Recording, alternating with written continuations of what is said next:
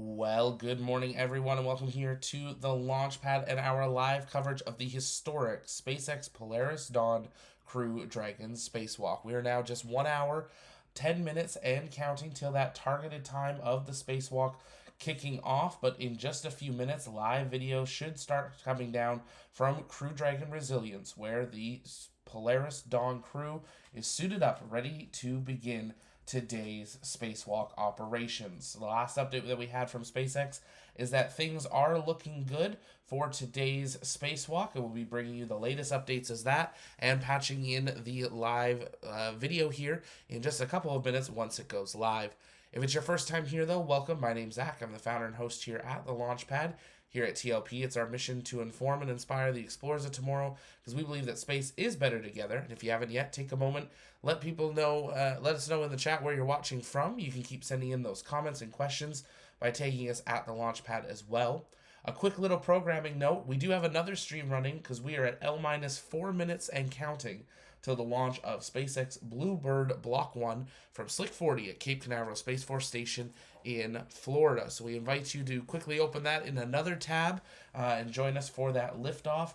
I'll be running outside for 60 seconds to see it fly, coming back, getting us going into the spacewalk, then watching it land. You may even hear the sonic boom if my mic is on. And then we will be focusing all eyes to Polaris Dawn in Crew Dragon. It's a busy morning in SpaceX operations, but we're glad to have you all joining us here. If you haven't yet, take a moment, engage that like button, share the stream, invite people to join us as we continue to count down to the kickoff of this historic Polaris Dawn spacewalk. The spacewalk that will be happening today will be happening in the third orbit Polaris Dawn has kind of sat into during its mission. Earlier today, it did fly up to, or yesterday, it flew up to 1,400.7 kilometers, the furthest anyone has flown since the Apollo missions 52 years ago. They're now stable in a 190 by 700 kilometer orbit and are ready to conduct today's spacewalk. If they need to, they do have a backup opportunity tomorrow available at the same time. We're going to take a quick pause in spacewalk commentary as we get ready to watch the launch of Bluebird 1, but stand by as we await acquisition of signal from Crew Dragon Resilience and the beginning of today's spacewalk operations.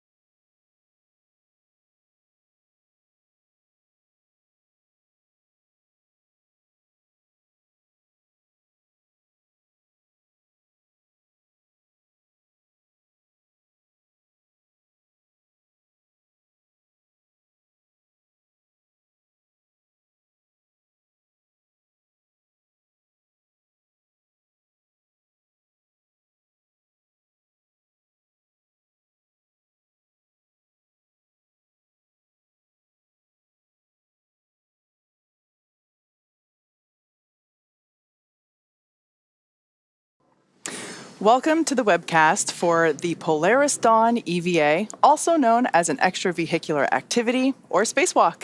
For the first time ever, a spacewalk will be performed by civilian astronauts flying on a commercial spacecraft. Good morning, I'm Kate Tice, Senior Quality Systems Engineering Manager here at SpaceX in Hawthorne, California.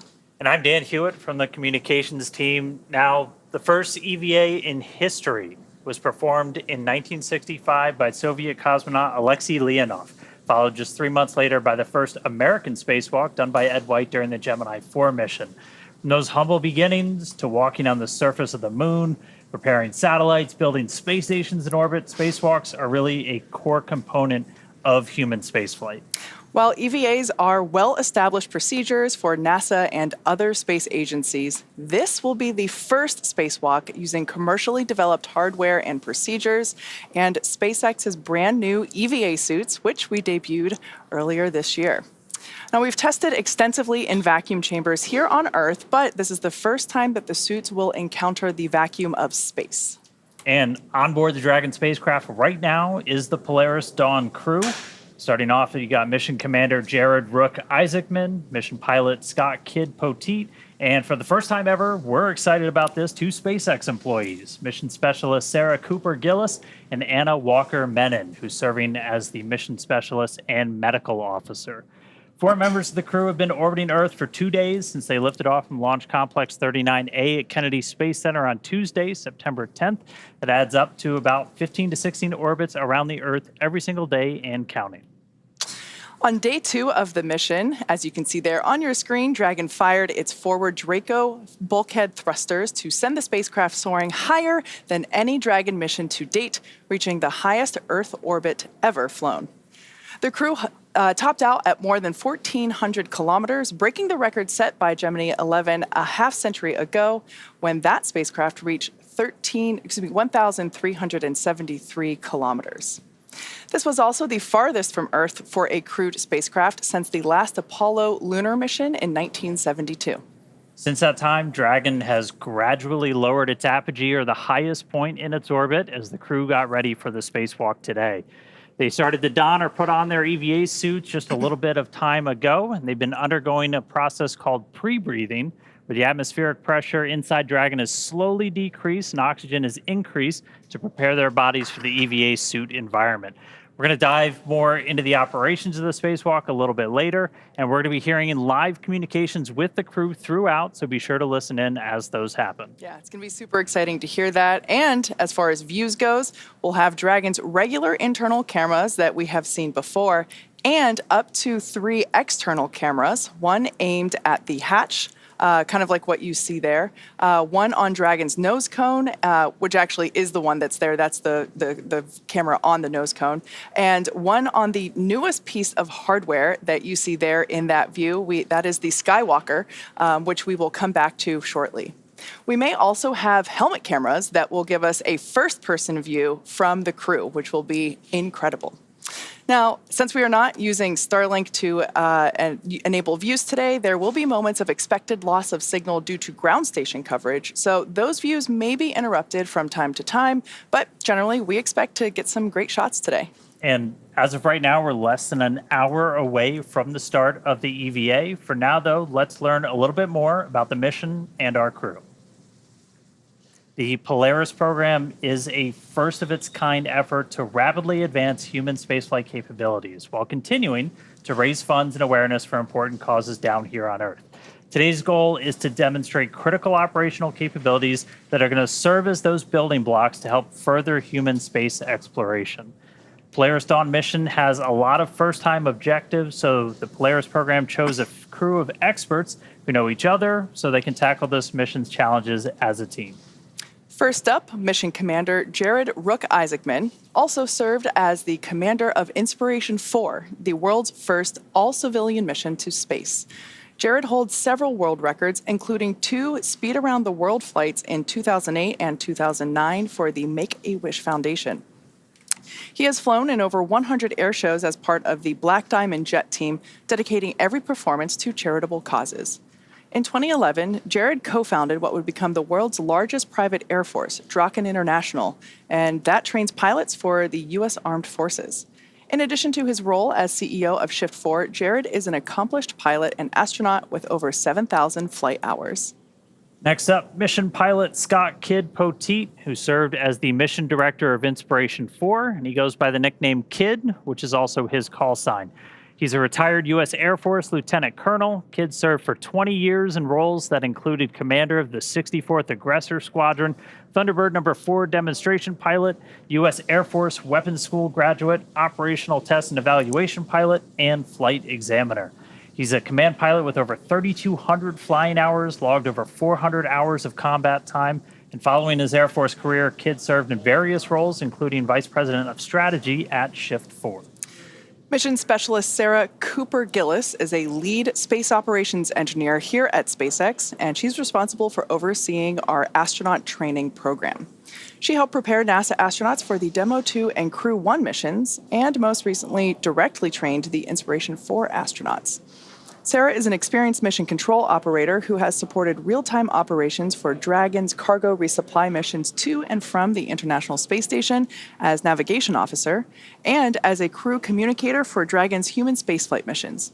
In 2015, while studying at the University of Colorado Boulder, Sarah started an internship at SpaceX before moving into the astronaut training program full-time.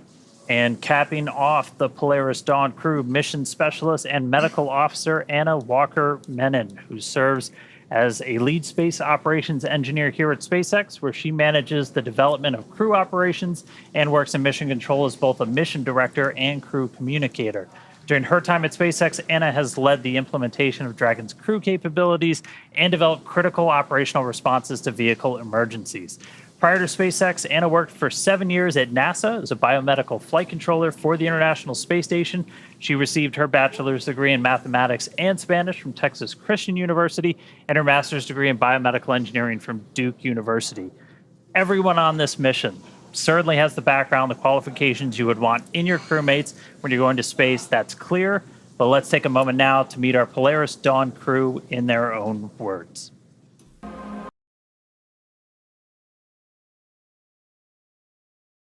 And if you're just joining us, welcome here to the launch pad. On the left side of your screen, an incredible live view from Crew Dragon Resilience in low Earth orbit. Crew Dragon is currently at 665 kilometers above the Earth's surface, traveling over 25,000 kilometers an hour, and the crew is currently donning their spacesuits in preparation for today's historic spacewalk. If it's your first time here, though, welcome. My name's Zach. I'm the founder and host here at the launch pad. Here at TLP, it's our mission to inform and inspire the explorers of tomorrow because we believe that space is better together, and we're broadcasting to you live from our TLP Space Coast studio down here in Florida. We just had an incredible Falcon 9 launch and landing back here on the Space Coast, and now all eyes shift upwards as we await payload deployment of Bluebird 1's 5 satellites and today's historic spacewalk. We'll be bringing you full live coverage of Polaris Dawn and continuing that coverage all the way to landing with our Polaris Dawn tracker. But as we count down now roughly about 55 minutes from that expected start of spacewalk, we are just taking in these live views from onboard Dragon. We have never had views like this before at this altitude with Dragon, let alone live. That is, I think, something that I'm probably going to repeat a lot this morning. These are live views from Dragon. These are not videos being released later after a downlink or a download when Dragon's home. You are looking at an incredible view well above the International Space Station, and soon we will see 2 SpaceX Polaris Dawn astronauts step outside the Crew Dragon capsule for the very first time.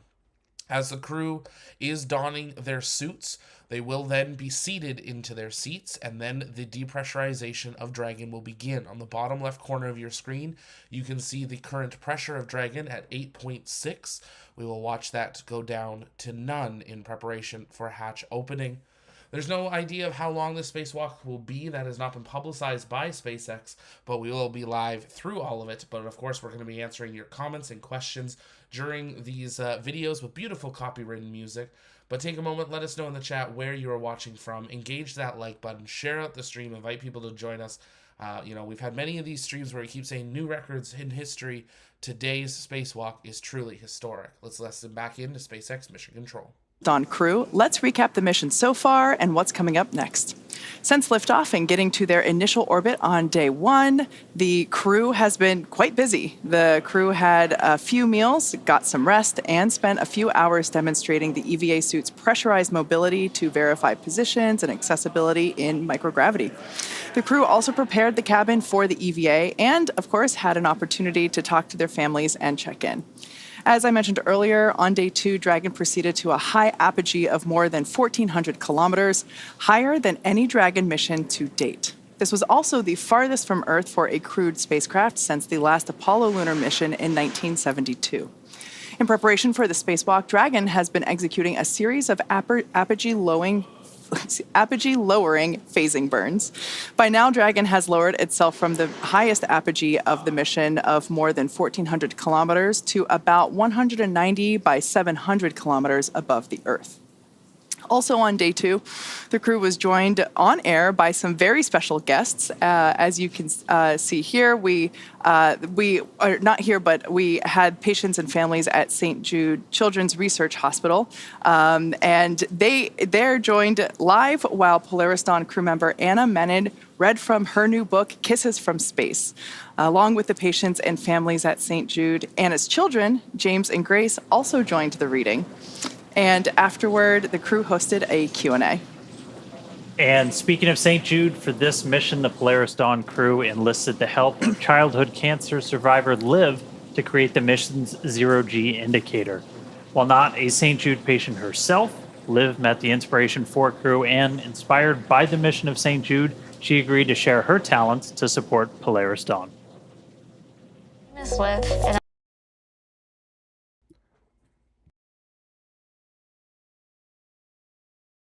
And if you're just joining us, welcome back to the Launchpad Network. We are counting down now just about an hour to the expected time of the beginning of the historic Polaris Dawn spacewalk. Crew Dragon currently 710 kilometers, increasing in altitude, traveling over 25,300 kilometers an hour, still pressurized to that full 8.6 pressurization, but that will begin decreasing once the crew has finished suit donning, is back into their seats, and those seats have been rotated into the spacewalking position for today's operations.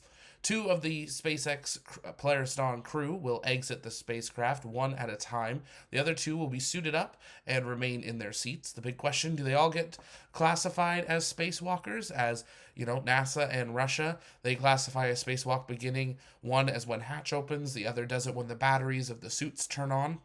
So it'll be interesting to see how we classify this, but it's going to be truly amazing to see, this next era of exploration begin. With Inspiration 4, as you see on your screen, we saw the first all-civilian mission to space, and now here we are seeing Jared Isaacman fly again, and now he's pushing it further to the first commercial mission, conducting a spacewalk. This is SpaceX's first spacewalk.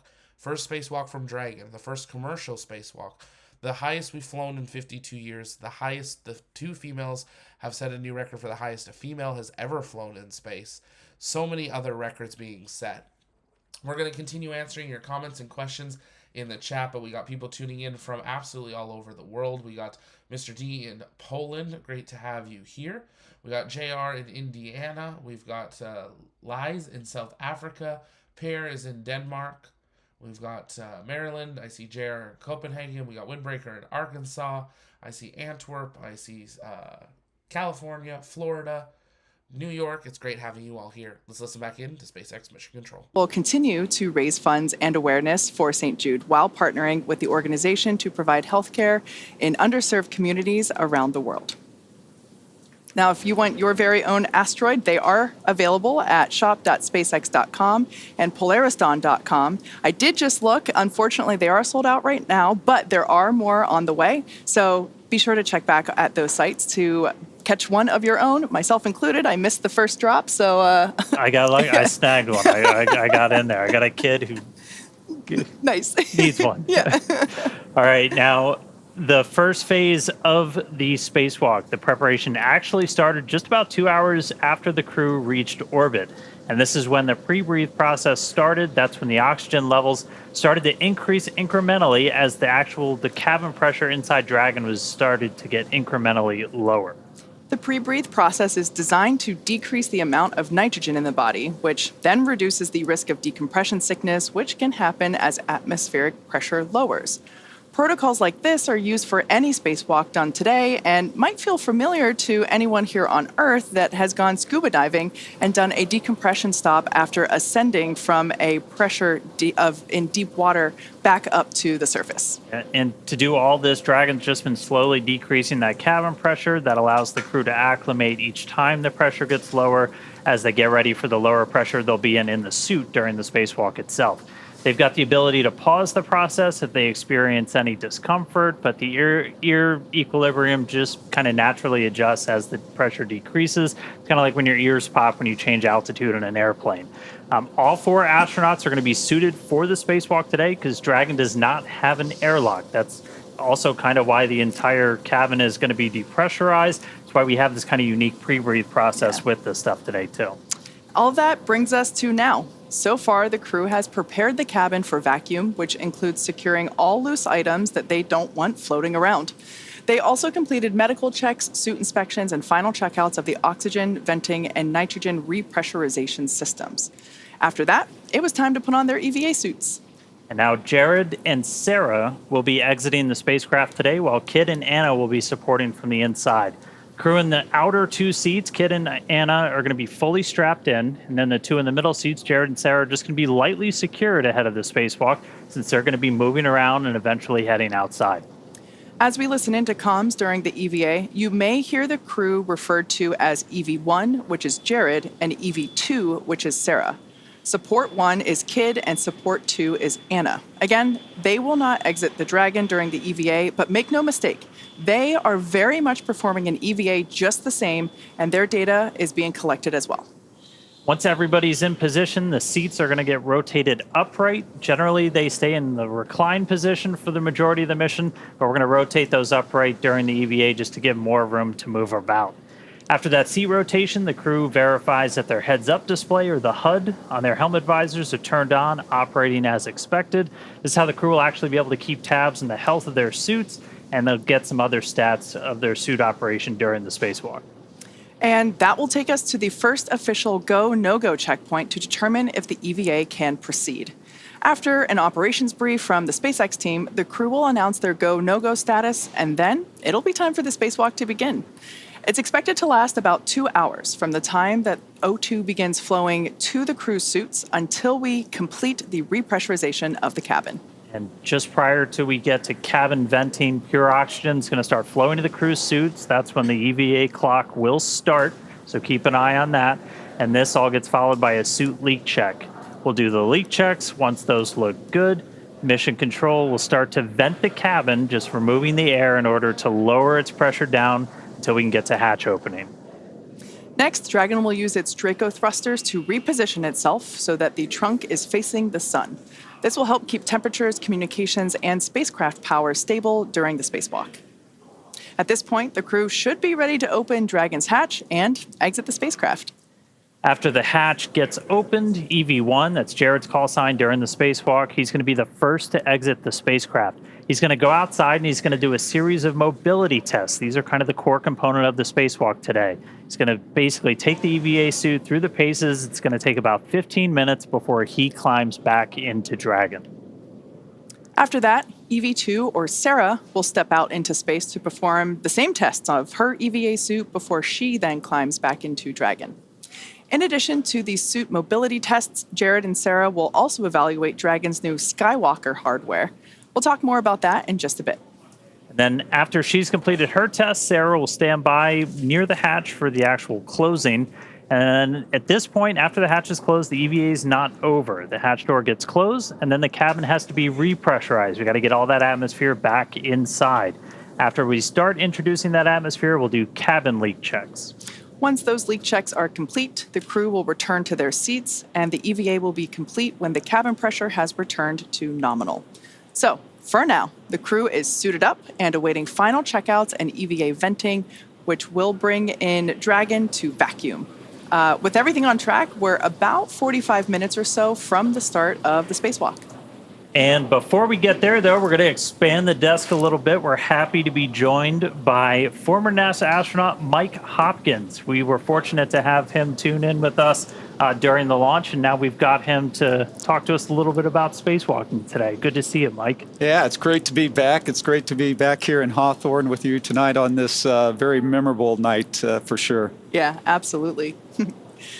Now, EVAs may be new to SpaceX, but you have participated in 5 yourself while you were on the International Space Station and spent a total of 333 days in space. That's pretty cool.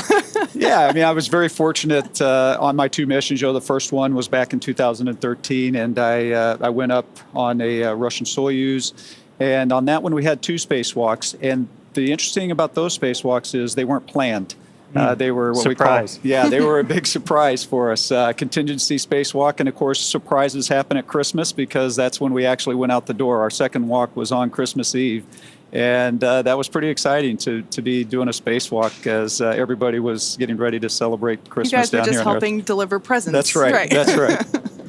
And then your first flight was on the Soyuz, but your second one, you were the commander of Crew 1. I mean, that was obviously really huge for everybody here. That was big for me. I was there with you at NASA still. That was a huge moment.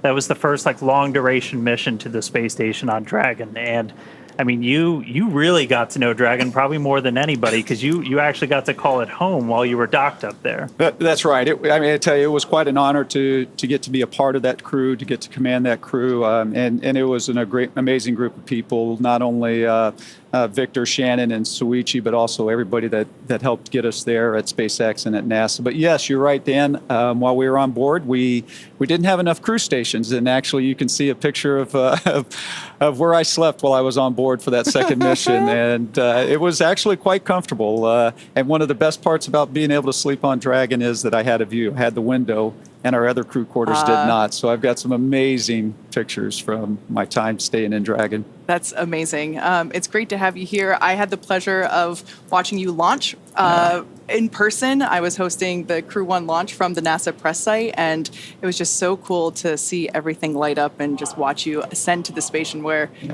you made it your home. It was also so great to see you here around campus during your training period, just seeing you here on the mez having lunch, and that was really cool. And during that time, you got to get to know the SpaceX team pretty well. In fact, Anna and Sarah were 2 of your trainers for Crew 1, weren't they? They were, yes. And I got to, for the launch, we saw some of their videos of training, and I thought it was kind of fun to see them as trainees and somebody else getting to test them all the time. So it was pretty neat to get to see that. Switching it up a little bit because we're starting to get some views back from Dragon. We've been treated to some pretty spectacular stuff as we were, all the way out to 1,400 kilometers. We like to talk about something called the overview effect. So kind of that first, and we're getting some comms from our crew too. Yeah, I'm not. SpaceX Dragon radio check. Catch loud and clear, kid. Help me. Catching loud and clear.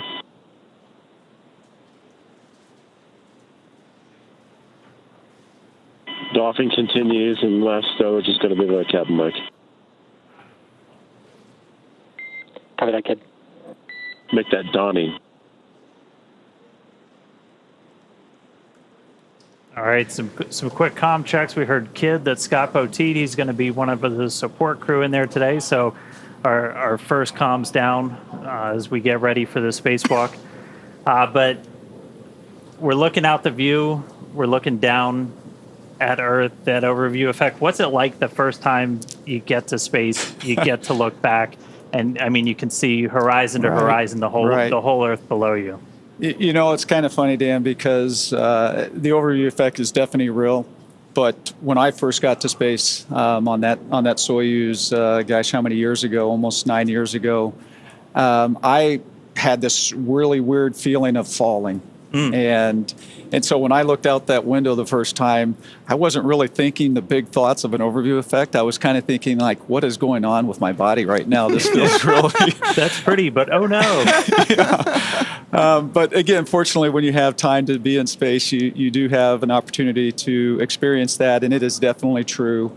You'll hear people talking about that small sliver of atmosphere, and you see that, and that's what's keeping us alive. You see a world without borders, which is incredible. But one of the experiences of the overview effect that I had was that that it gives you that sense of answers. But it also, for me, gave me a lot of questions and made me realize that there's a lot of this world I don't really know much about. The other parts, other countries, other societies, cultures, languages, and so sometimes it brought as many questions as it did answers. Wow. Hopefully a bunch more trips then, right? That's right. Yeah. That's right. Now, for those of us who have never been to space, it can be hard to imagine looking down from there here at planet Earth. Space photographer and author Frank White originally coined the term the overview effect in a book of the same name. Here's a little more on the phenomenon that few of us have yet to experience.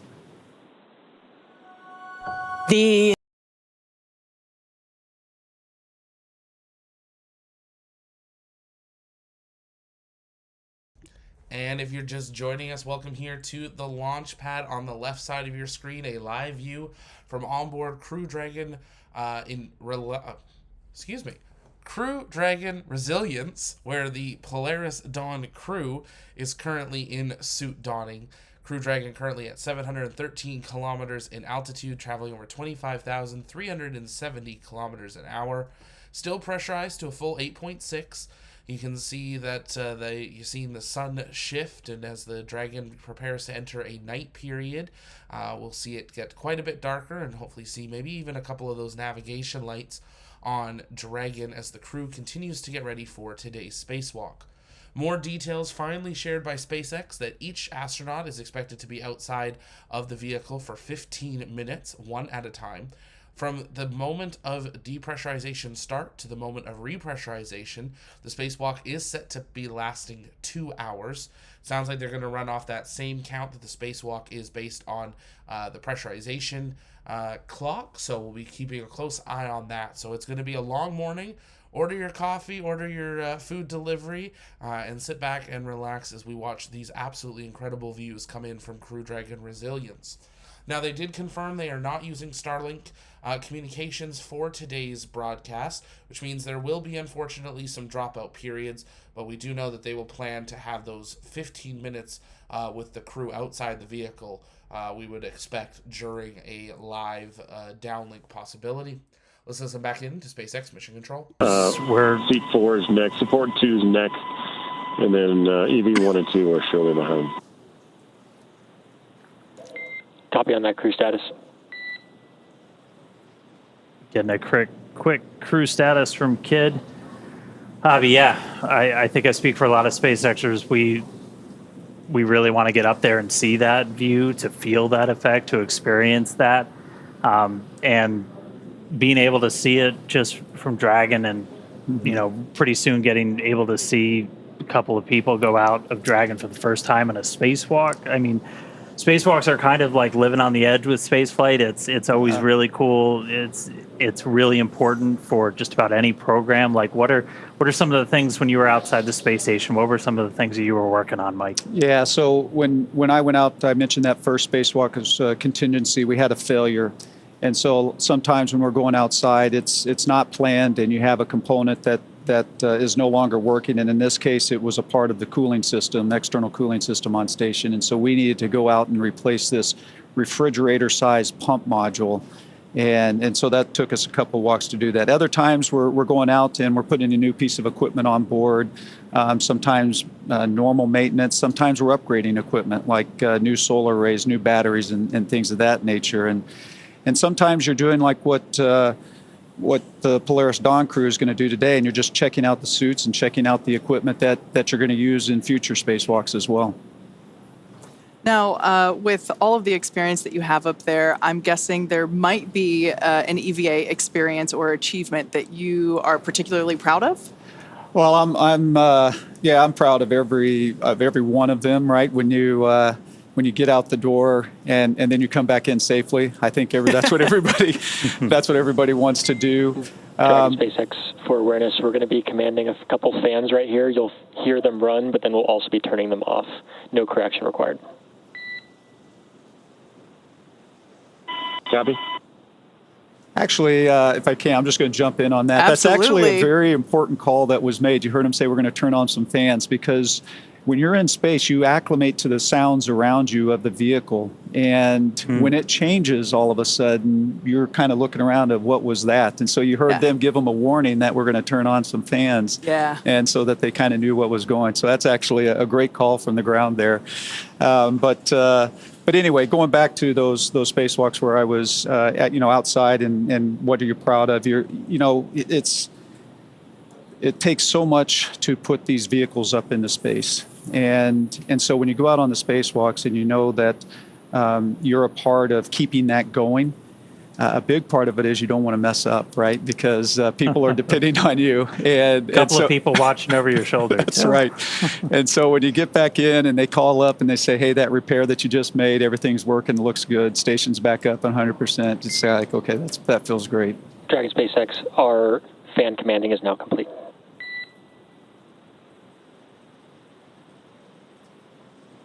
Copy, we see, sir.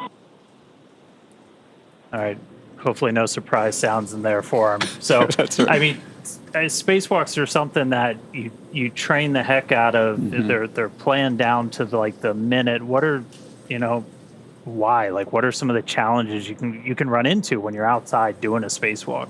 Yeah, so I mean, one of the first challenges that you're always worried about is how your suit's functioning, right? Because that's what's keeping you alive when you're outside like that. So there are always, you're monitoring your suits yourselves. People on the ground are monitoring your suits and how that's performing. And so those are certainly things that you need to be conscious of and aware of.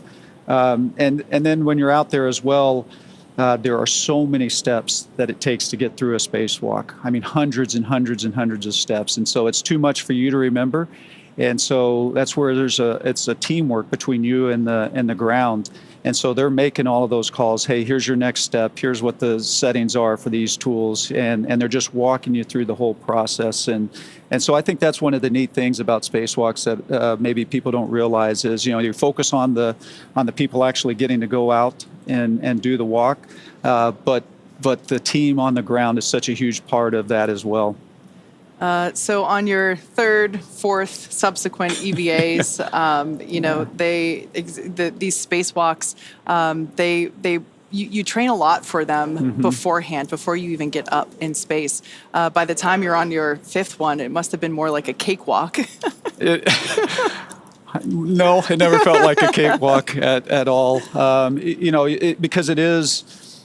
It is a risky endeavor, right? So every time you go out on the spacewalk, you're definitely very, very focused, and you never want to let your guard down with it. I will say you certainly are more comfortable with what's going on. You're more familiar, maybe is a better way to say that. But I think you can kind of trace it back to experiences down here on Earth. For me, a lot of times it's my sports background, so I'll equate a little bit of going out and playing a football game, right? Before every game, you're still nervous, right? Yeah. You're still got a lot of that energy. It was the same thing on my fifth spacewalk like it was on that first one. You still have all of that kind of nervous energy as you're getting ready to go out.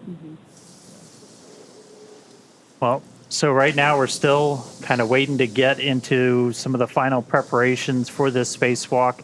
We should be coming up on seat rotation. I don't know if we missed it or not, but again, they're going to be rotating those seats to move them upright. That's just going to give the crew a little bit extra room to move around as we get into this.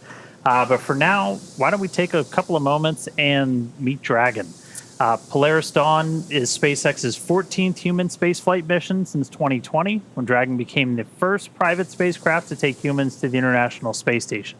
It's also the first private spacecraft to take an all-civilian crew to orbit during the Inspiration 4 mission in 2021. And just prior to Polaris Dawn, Dragon completed 46 launches. 13 of those are human spaceflight missions, and it's since flown 50 astronauts representing 14 different countries. Throughout all of those missions, Dragon has helped support more than 1,000 experiments in space. Pretty incredible stats there. And even from low Earth orbit, Dragon is helping lay the groundwork for deep space exploration. Through missions like Inspiration 4 and Polaris Dawn, we are rapidly expanding our knowledge of how humans will adapt, live, and work in space. Designed to be the safest spacecraft ever flown, the fully autonomous Dragon stands nearly 27 feet tall and 13 feet around. Dragon is capable of carrying up to 7 passengers to and from Earth orbit and beyond, but today it's carrying the 4 members of the Polaris Dawn crew. And the crew is currently living and working in the top portion of the spacecraft. It's that white section that you see there, also known as the pressurized section. This allows for the transport of people and environmentally sensitive cargo. Below that, Dragon's trunk. It sits right below the pressurized section that can carry unpressurized cargo on resupply missions, and it remains attached to Dragon until shortly before re-entry into Earth's atmosphere. And as you can see, about half the trunk is covered in solar panels. Those provide power to Dragon during the flight. The other half is the radiator.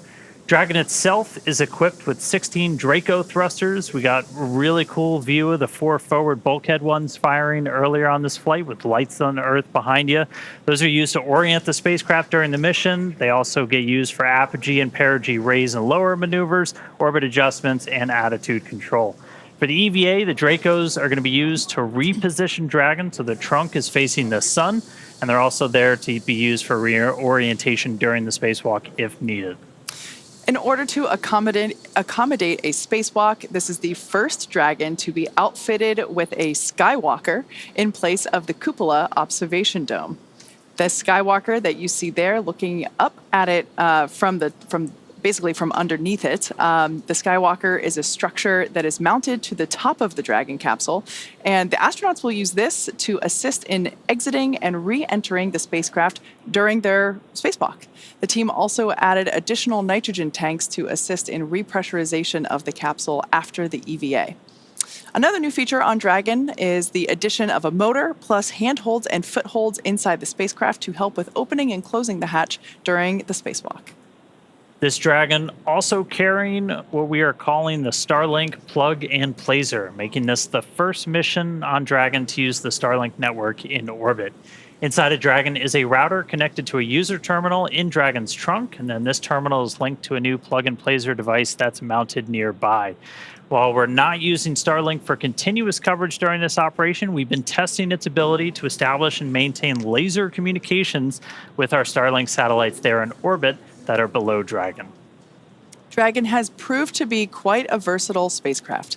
It can autonomously dock to the space station when outfitted with the ISS docking adapter. And when it's intended for free flyer mode, the docking adapter can be swapped out. SpaceX Dragon, you guys are welcome to come back aboard if you want. SpaceX copies. Don't have a ground station right now, but we'll go ahead and bring cameras back on board so we get it when we do have ground stations. Copy. Quick comms there with SpaceX Core from the Dragon capsule. That was the crew just letting the folks here in mission control, letting us know that it's okay to turn the onboard cameras back on once we have coverage for those cameras. But getting back to the different configurations that we have for the Dragon capsule, I was talking about the docking adapter previously. When the Dragon capsule is intended for free flyer mode, the docking adapter can be swapped out for a cupola, which is the one in the middle there, and that is used for the best views that you can get while in orbit. And then, of course, our newest option, the Skywalker hardware to support extravehicular activities, and that's what the crew is going to be using this morning. So those are the current 3 ways that Dragon can be configured to support different types of missions. But hey, you never know what's to come. We always got something up our sleeve. That's right. Now, Mike, Crew 1 broke the record for the longest space flight by a U.S. crewed vehicle. It surpassed the 84-day mark that was set by an Apollo capsule during that final flight to the Skylab space station in 1974. What was it like? Because we went over it. You literally called Dragon home during that time. Yeah, what was it like to live in there? So first of all, I got to say it's pretty exciting because the the Dragon that they're using right now is the Dragon that I lived in that took us to orbit. Dragon Resilience. We affectionately called Resilience, and it was an amazing spacecraft. From a standpoint of living inside it, and again, it a lot of room actually compared to some of the other crew quarters that we had on board, and plus just being able to spend all that time in it. I'd call my family every night before I go to bed, and I'd be looking out the window at the Earth as I was doing that. It was very special. Did any of them get jealous because you had the window seat? Well, yeah, there was a little bit of that certainly going on up there.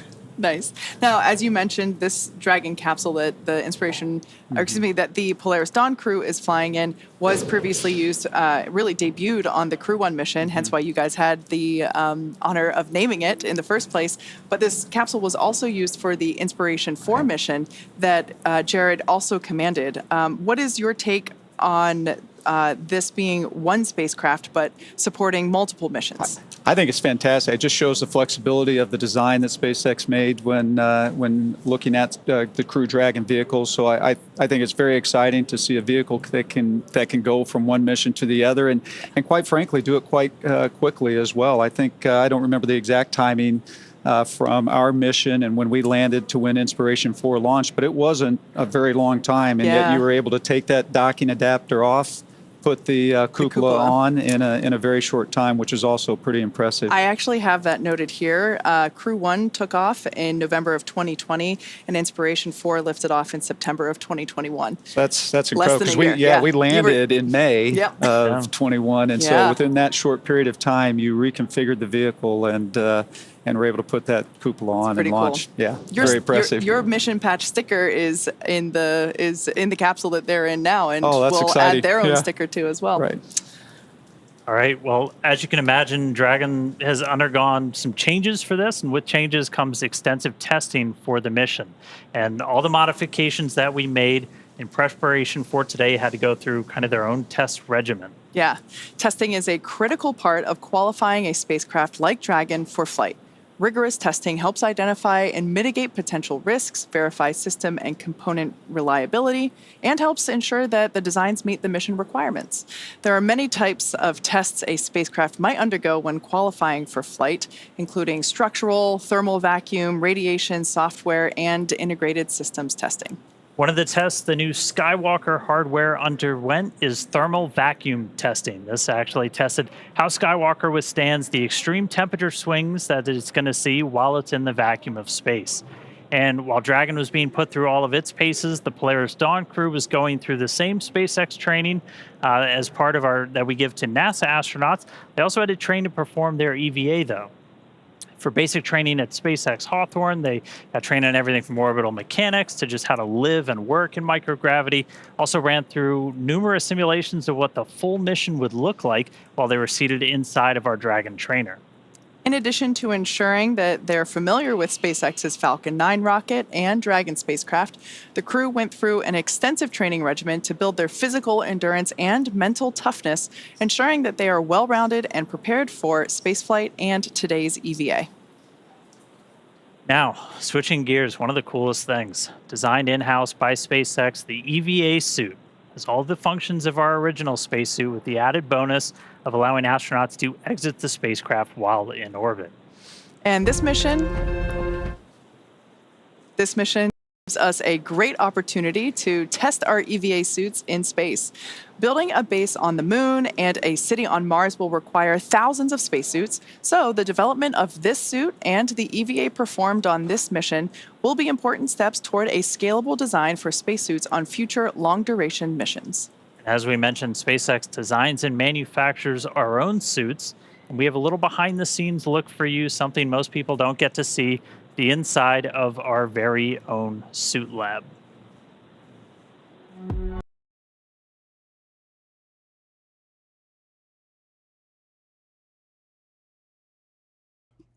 And if you're just joining us, welcome here to the launch pad and our live coverage of the historic Polaris Dawn Spacewalk. We are counting down Now, approximately 20 minutes till that estimated start time of the spacewalk, the Dragon is still pressurized to flight level, so we are waiting for them to complete suit donning and seat rotation before they begin that process of depressurization.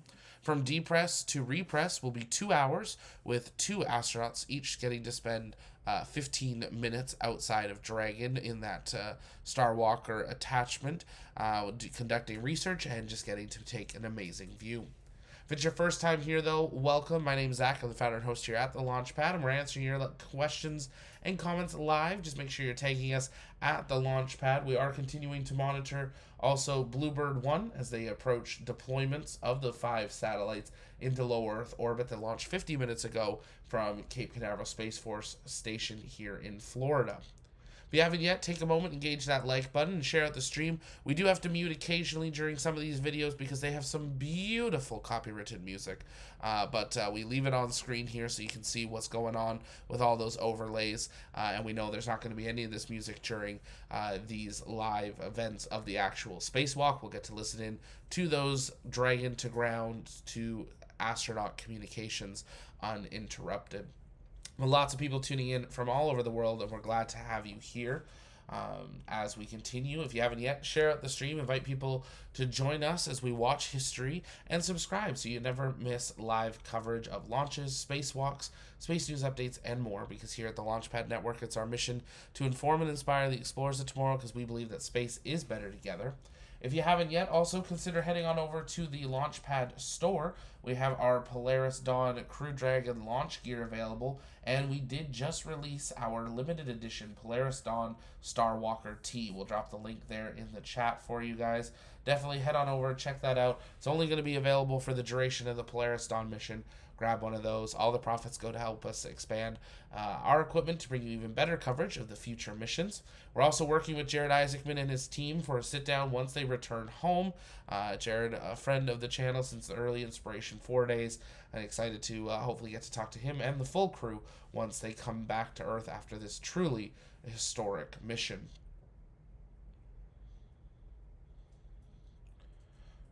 Rot Sky is asking, the KP index is currently rising due to solar weather. Do you know if there's any risk posed to the crew during this because of particles? They are monitoring all of that, and if for any reason there was solar weather, they would scrub the spacewalk, but they've been monitoring that for the weeks and days leading up. And they're also positioning Dragon in a way that the hatch also protects the astronaut from any small particulates that could be flying towards them as well.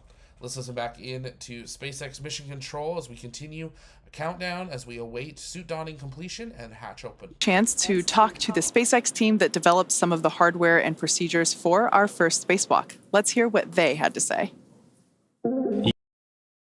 And we're going to have another fun video with some music, so we'll keep it on screen and answer some more of your comments and questions. The team is continuing to follow and monitor all the conditions around Dragon in preparation for today's spacewalk. Not only does the crew have to give a go and SpaceX a go, they have to have a clear status board in preparation for the walk, and then there's a number of things that have to be completed in order to be able to open that hatch for the first time. This hatch is normally only open when it's been docked to the International Space Station or when they have flown with the cupola during Inspiration 4. This is the first time they've depressed the Dragon vehicle in the vacuum of space.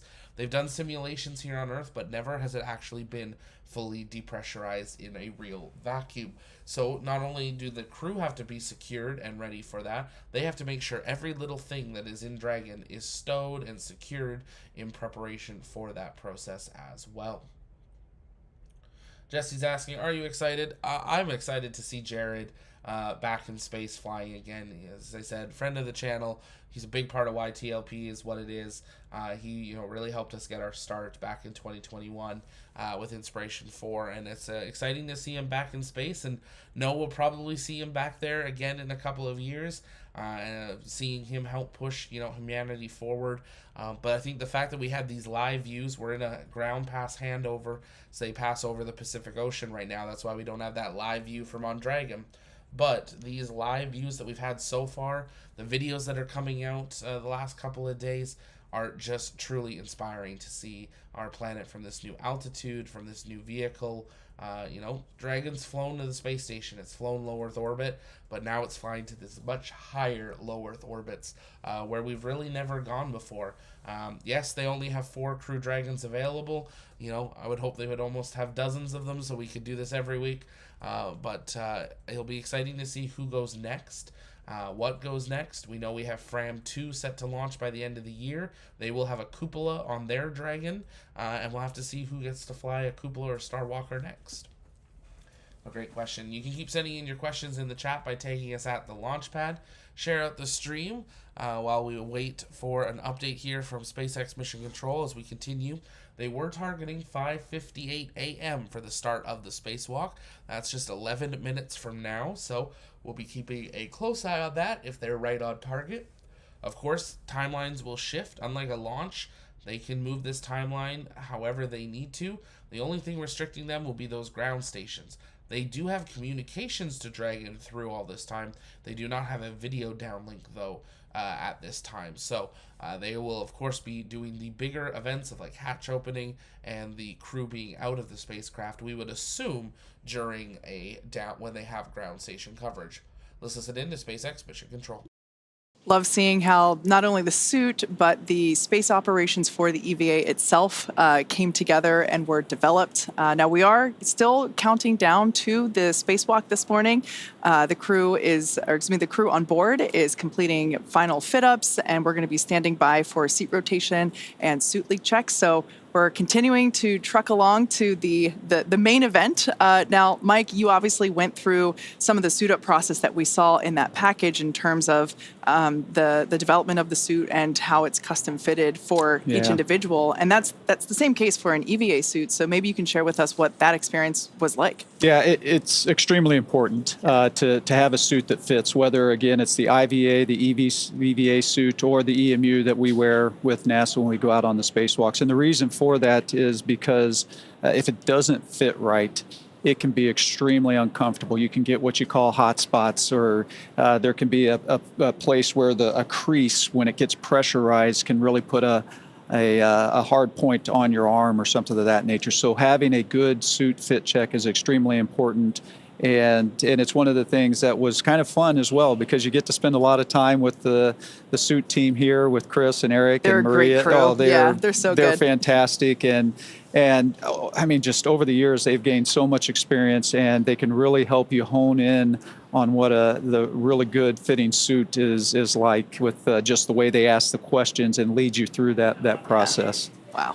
What are kind of the sensational differences from being in like the IVA suit? Because a lot of times the IVA suit, when it gets pressurized, it fills up, but you're still in like a pressured environment. With EVA suit, you're in the vacuum. Right. And so like what's it kind of like? Yeah, so that IVA suit, it has a different purpose, right? And that the purpose of that IVA suit is to keep us alive in the event of some type of an emergency that might happen during a launch or a landing. And so that's that case where either you have a fire or you have a depress event, and so that suit's going to pressurize. And so in that case, we're not as worried about like the mobility of the suit. You just want to get home and do it in a safe way. And so you need to have enough mobility to still be able to control the spacecraft and do the things you need to do, but you're just not as worried about it because you're not trying to perform a maintenance activity or something like that when you're going out on a spacewalk. And so I think that's one of the biggest differences between the IVA suit and the EVA suit, is just what the purpose of it is and what you're trying to do with it. Yeah, that feedback loop is so important to be able to communicate what feels good, what doesn't, because I imagine, as you're out there and having to perform, as you mentioned, maintenance activities, among other things, that the functionality of your body is critical to perform those. It really is, and probably one of the hardest, I think, parts of the suit to design is the gloves. Right, because absolutely, you hear us use the term "it fits like a glove," right? We use that a lot, but you don't realize how much you use your hands when you're outside on a spacewalk, as opposed to say your feet when you're, because in space we don't use our feet or our legs as much as we do our hands. And so when you're in a pressurized suit like that, and you're constantly grabbing and reaching, you are overcoming the pressure of the suit, and your hands can get just exhausted. And you can get those hot spots. I had some issues with my EMU gloves when I first started training at NASA, and I would actually get what's called delamination on my fingernails. Yeah, and so there's just little things like that it really matters how well that suit fits and how well it functions. And so you don't realize how important that is sometimes. Yeah. Now, we are going to be stepping into suit leak checks soon. Can you share with us a little bit about what that process entails? And more importantly, because you've actually experienced what it feels like to go through suit leak checks, what that experience is like. Extremely important part of the whole process, right? Because before you take the cabin, in this case, all the way down to vacuum, you want to make sure that your suit is maintaining the pressure that it needs to. And so it's a not a very long process. It's usually just a few minutes to 2 or 3 minutes. And the interesting part is if you don't pass that leak check, what do you do next? And so there's always usually procedures associated with that as well, that start checking your zippers, start checking how you've closed things up. Did you not get something sealed quite right? And so it's always a good point in the mission when whether it's on the launch pad getting ready, whether it's in the airlock getting ready to go out the door, when you hear that, good leak check, because now you know that you're ready to go. So today's going to be kind of unique because all 4 of our crew members are going to be doing the spacewalk. They're all going to be exposed to the vacuum of space. But I mean, even when you did spacewalks, it's never a solo act, right? You're always out there with a partner. You are. It's extremely important. In fact, one of the hardest parts about our training for spacewalks is what we call incapacitated crew. And so you need to always be able to get your crewmate back into the airlock if something should happen, if they should no longer be conscious and something of that nature. And so we actually do spend quite a bit of time, and that's why it's extremely important for us to go out in pairs, because things can go wrong, and so you want to be prepared for those moments. Yeah. That's a great point, Dan, to make, that while only Jared and Sarah are going to be somewhat exiting the spacecraft, all 4 crew members are going to be exposed to the vacuum of space, and it's actually going to set a new record for most number of people exposed to, or not them without a suit, but in the vacuum of gravity all at the same time. Yeah, that's actually interesting. I never actually thought of that piece of this mission, and the fact that you're going to have 4 people on a spacewalk. I know at one point on a shuttle mission we had three folks outside on a spacewalk. And so, that's a big deal and kind of exciting. One of the things we do on the space station, of course, is we have astronauts that are still inside, and if we do get into those emergency situations, they're there prepared to help us get back into the airlock and get unsuited and things of that nature. So, of course, when you have all the crew, it just makes you think about those emergency situations probably in a little bit different way than we do on station. And hey, if you're just tuning in, we are still waiting to really kick off our spacewalk today. So right now the crew is inside the spacecraft. They're getting suited up. We should be hearing some comms from them pretty soon. And then SpaceX Dragon EV1 is completing glove zipper closures, but at this time we are ready for seat rotation. Copy that for seat rotation. Can you confirm crew is ready with the current glove zipper ops?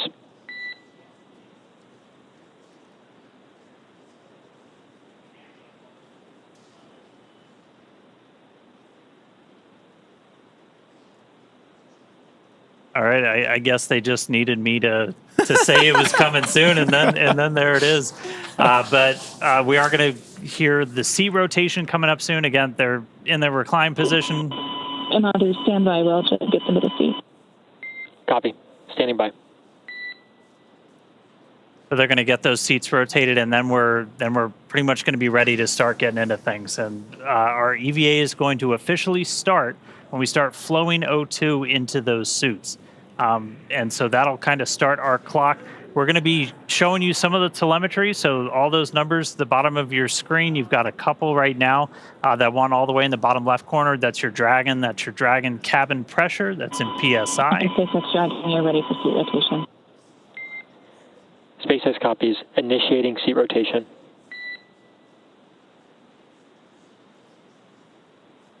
Great news there.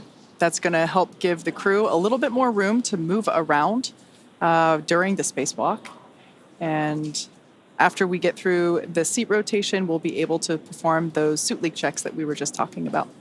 Yeah, before they do that, they'll do what's called a tear. So it's kind of like if you're ever using a scale, you zero out the scale before you put something on it. It's essentially what we're doing with the suits. They'll get like a baseline reading. And then as we start to actually pressurize the suits, we'll be able to measure that against the baseline, make sure everybody's got basically a nice seal before we start that vent. Yeah, that one's pretty important. That was pretty important. Yeah, so a lot of that's coming up. Again, some of the data on your screen, you've got cabin pressure, you've got suit pressure. Dragon SpaceX, seat rotation complete and nominal. All right, seat rotation's complete, so now they're going to start doing that tear, getting ready. Dragon, copy, do you see the phone? Copy, and can I get a confirmation of completion per the call out in 2.18?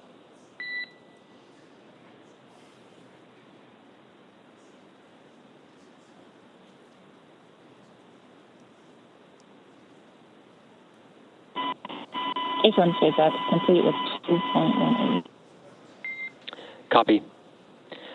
At this time, you are go to step into section 3 and tear suit deucers.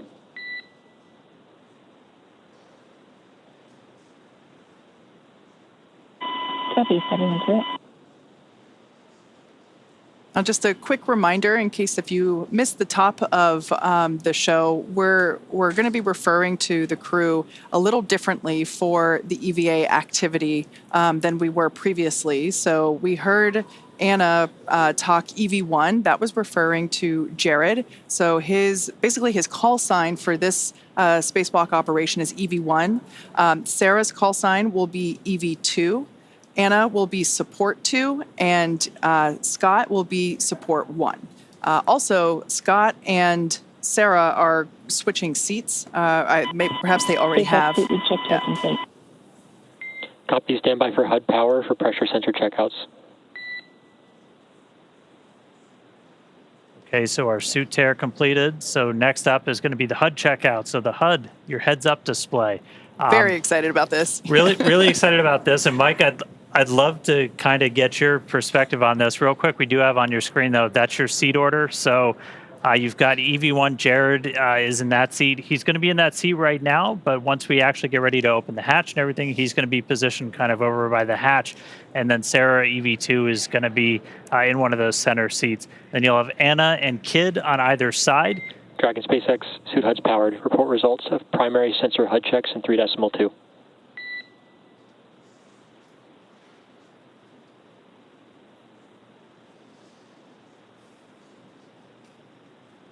So again, that's our seat layout. We just heard the HUDs are powered on, so they've got heads-up displays actually being kind of projected on their visor in their helmet, which if you've ever seen spacesuits, that's always kind of felt like that's that space age technology that we're missing. Because Mike, you guys use kind of a simpler but a little unorthodox way to see like your suit data. Yeah, that's right, Dan. It's of course the suits. And SpaceX HUD checkout complete and nominal. Nice. Copy, swapping to backup sensors. Stand by to repeat HUD checks. So, of course, the suits that we use for the spacewalks on station are a little bit older. They've been around for quite a while, and so some of this technology, look, it's our first live views inside Dragon Resilience for this morning. That's fantastic. Yeah. I think this is the definition of chillin'. Yeah. So they're out of his seat. That's Commander Jared, who, like I mentioned before, will be referred to as EV1. Behind him, we can see already in his new seat, pilot Scott Kidd Poteet. He will be support 1. And then moving around in front of us is Sarah, who will be EV2. And then just out of view underneath the camera, but I think you can see her visor, is Anna Menon, who is support 2. Dragon SpaceX, we're on backup sensors. Repeat HUD checks.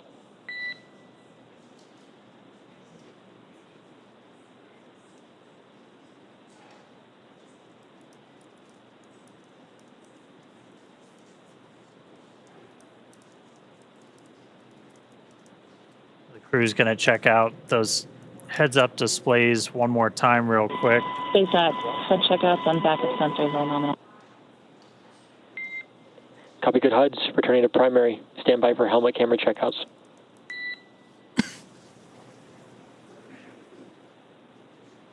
On that heads-up display, they'll be able to see the O2 flow timer. That's kind of like our mission clock, essentially, like once the O2 has started to flow to their seats, and they know they've got about an hour and 50 minutes, just under 2 hours for the whole time. They'll be able to see their suit pressure, temperature. Basically, it's a way to kind of keep an eye on things. And we were talking about it a little bit, Mike, but on the EMU is a little bit different. Yeah, the EMU is certainly different. A lot of that kind of information is on a display right in front of you that you have to kind of look down to see, and it can be pretty challenging to see. In fact, a lot of the information, you have to use a mirror on your wrist to be able to read it and know what you're controlling as well. You mentioned the timer.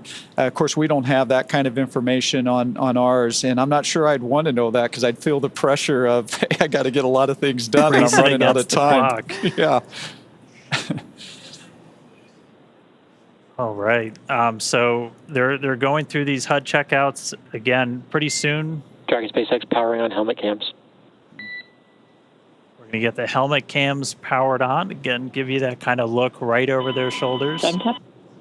Yeah, pretty excited for these. We've seen them utilized during the training sessions that the crew has undergone, and we're so excited to see them live today. Yeah, I tell you, the helmet cameras, I mean, it's going to be fantastic views, right, that we're all going to love. But there's also a very important role for those cameras as well. Like when we have the same thing, we have helmet cameras with the EMUs, and what it allows is your ground team. Dragon SpaceX, suit cameras powered, confirm good health.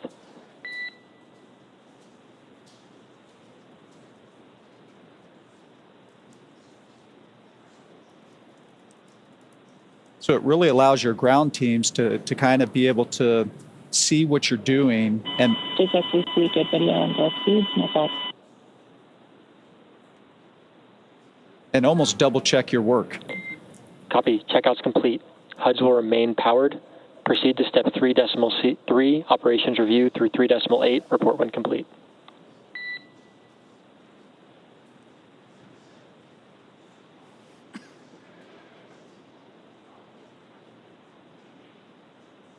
All right, so we got through HUD checks, we got cameras on, powered, ready to go. So right now the crew is going to go through, they're going to do kind of a final review of all of their procedures. Like you talked about this a little bit, like these things are so choreographed because even if you couldn't see the clock, like you're on the clock. So you've really got to make the most out of like every single second you're doing one of these. You do, and of course you see that with today's spacewalk as well. Dragon SpaceX repeating, checkouts are complete. HUDs are going to remain powered. Proceed to step 3.3, operations review through 3.8, and report when complete. Copy, and work. And the reason it's so choreographed and important is because you only have so much time outside, right? You only have so many consumables that allow you to go out there. And so you want to take advantage of all of that, and you want to have every step very well scripted so that there's not a lot of wasted time. Now, that being said, it is nice when you're out there once in a while to just kind of take a moment, look around, enjoy the views, kind of trying to absorb where you actually are, which can be pretty incredible as well. Every once in a while, guys, I'm a little tired. I'm going to take a minute. That's right. I need to take a break. I see my house from here. That's right. Yeah. All right, but like it's awesome. We're seeing the crew inside. We're getting close to the start of today's spacewalk. We're going to start flowing O2 to the suits, and that's when our clock's going to start. Right now, they're just doing kind of final cabin configurations. They're going to check the lighting. They're going to make sure that their umbilicals are in the right spot. That's one of the things you'll see. That's actually one of the roles that our support Crew members are really going to, that's kind of one of their primary jobs during the spacewalk is to manage those umbilicals. For you guys, Mike, you had one that's what plugs into kind of the leg in your suit, and that's what's providing like the breathing gas, comms, connections, all of that stuff. For the spacewalk today, it's a little bit different. This one that they're going to be using has some tethers in it for for Sarah and Jared. It's about 12 feet long, so it's like about double the length of what you guys had. So it's dual purpose, right? It's providing them the air and the cooling that they need while they're out on the spacewalk, but it's also providing that safety piece, right? So that if something should happen, they should slip or that they're not going to go floating off into space. With the EMU that we use on the space station, we actually, all of those consumables are a part of the suit itself, and we have a separate safety tether that the first thing we do when we open that hatch and we go out is we hook up that safety tether, and it's an 85-foot reel that as you're moving around, it goes out with you to, again, protect for that crazy moment when maybe an emergency happens and you come off station. How hard was it to manage all of those tethers? I feel like every time I watched, it was like, there's no way in heck that this thing isn't getting snagged on something. No, you're absolutely right, because everything, and you talked earlier about making sure there was no loose items in the cockpit, right? Because when you open that hatch, things are going to want to float away if they're not tied down or stored or anything like that. So when we go out on a spacewalk, not only do we keep us tethered to the spacecraft, but any tool, any part that we take out with us also has to be tethered. And it can be quite a challenge to manage all. You'll open up a bag and there's 10 pieces of hardware in there with 10 different tethers, and they get all tangled up, and it can really be pretty challenging. It's important, though. We simplified that a little bit for this mission. We actually basically built in that tether into the umbilical, one of which you can see actually there floating under Jared's right arm. So not only does that provide airflow and comms and all the normal connections that we have in the umbilicals, but we also added that strength to provide that protection. Yeah, and the managing of that tether is extremely important, because as they go out, if it can get tangled up, and you actually see Sarah there kind of moving around, right? It's very easy in this environment where you're floating. SpaceX Dragon EVA off review complete. Crew are in position for EVA start. Nice. Excellent SpaceX news. copies, crew in position. But you saw Sarah kind of move the tether out of the way, and the part of that is that's actually impacting Dragon Jared. SpaceX, you are go to command box trigger push to talk, all seats.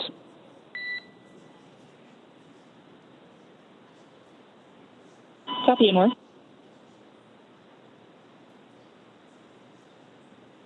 And so this will be one of the unique things about the spacewalk today. It'll feel familiar if you watch some of Mike's spacewalks. The crew is going to go over to what's called Vox. Push to talk is set. Go for comm check. EV1, comm check. EV2, comm check. Support 1, comm check. Support 2, comm check. SpaceX copies all, good comms, all 4 crew. SpaceX copies all, good comms, all 4 crew. So essentially now all of our crew are on open mics. They can all talk and hear each other, and they can talk to the ground. And so you're going to hear a lot more chatter start to pick up. Once we start the suit pressurization, you're going to hear almost like a sound. That's just the air starting to flow into their suits. How loud does it get inside your suit? It actually is quite loud. That airflow is just constantly, which is a good thing, right? Because not only is it providing you the oxygen, but it's also helping get rid of that CO2 that you're breathing out. So you want that airflow to be constantly going, and so you always are hearing that fan that's making that happen, and so that is certainly pretty important. And the Vox thing, I got to say, it's nice that you don't have to push a button when you're outside there to talk. Dragon SpaceX, we're about 90 seconds from EVA initiation. Got some fist bumps going on. Yeah. And we just heard we're about 90 seconds from EVA initiation, so we should see them get the go to close their visors. and then they're going to open up one of the O2 valves on their suits to start the suit purge, and that's going to be the official start of our spacewalk today. So we'll get through the final goes, and then we'll see those visors get closed, oxygen start flowing, and we'll be off.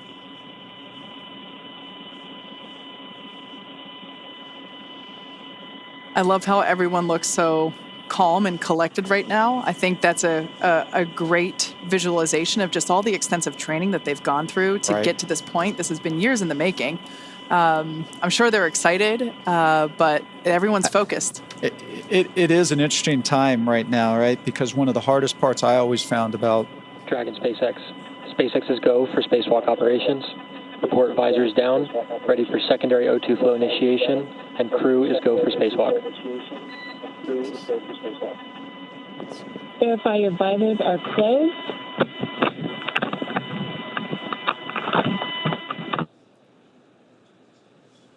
Secondary O2 valve is open.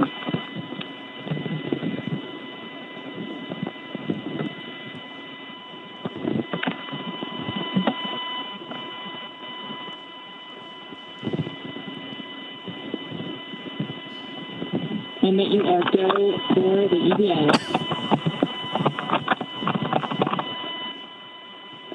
EV1 is go. EV2 is go. Support 1 is go. Support 2 is go.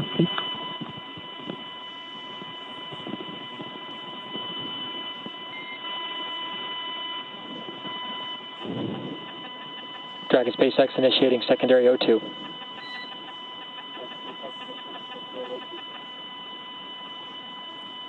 And with that news, our EVA has begun. So you're going to hear it referred to as primary and secondary O2. Primary is going to be that primary flow of oxygen to pressurize. Secondary is largely putting oxygen into their suits to help with cooling, but secondary is the first one we turn on. And so our O2 flow timer has started. The EVAs start at 3:12 a.m. Pacific. I'll do the math on UTC in a little bit.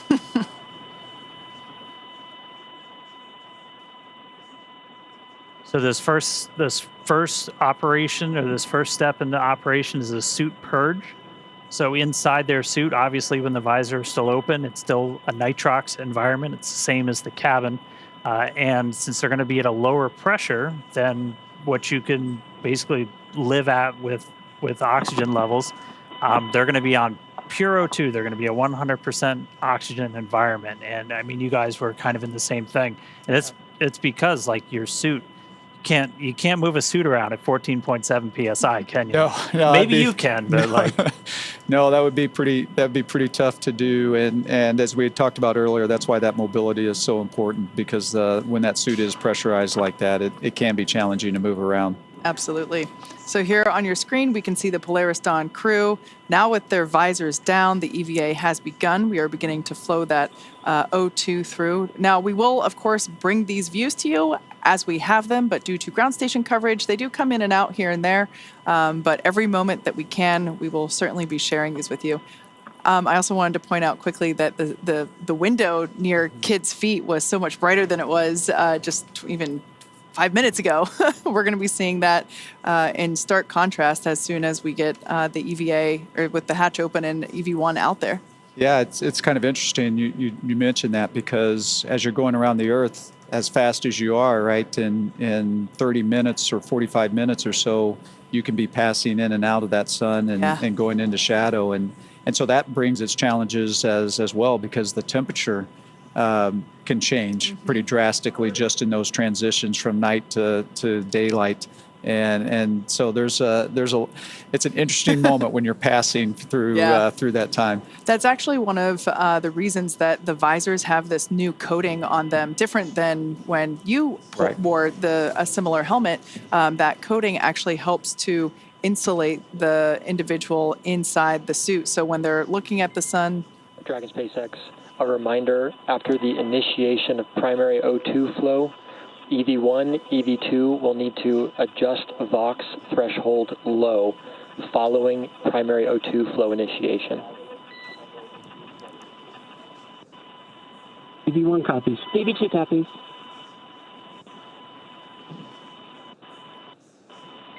Dragon SpaceX.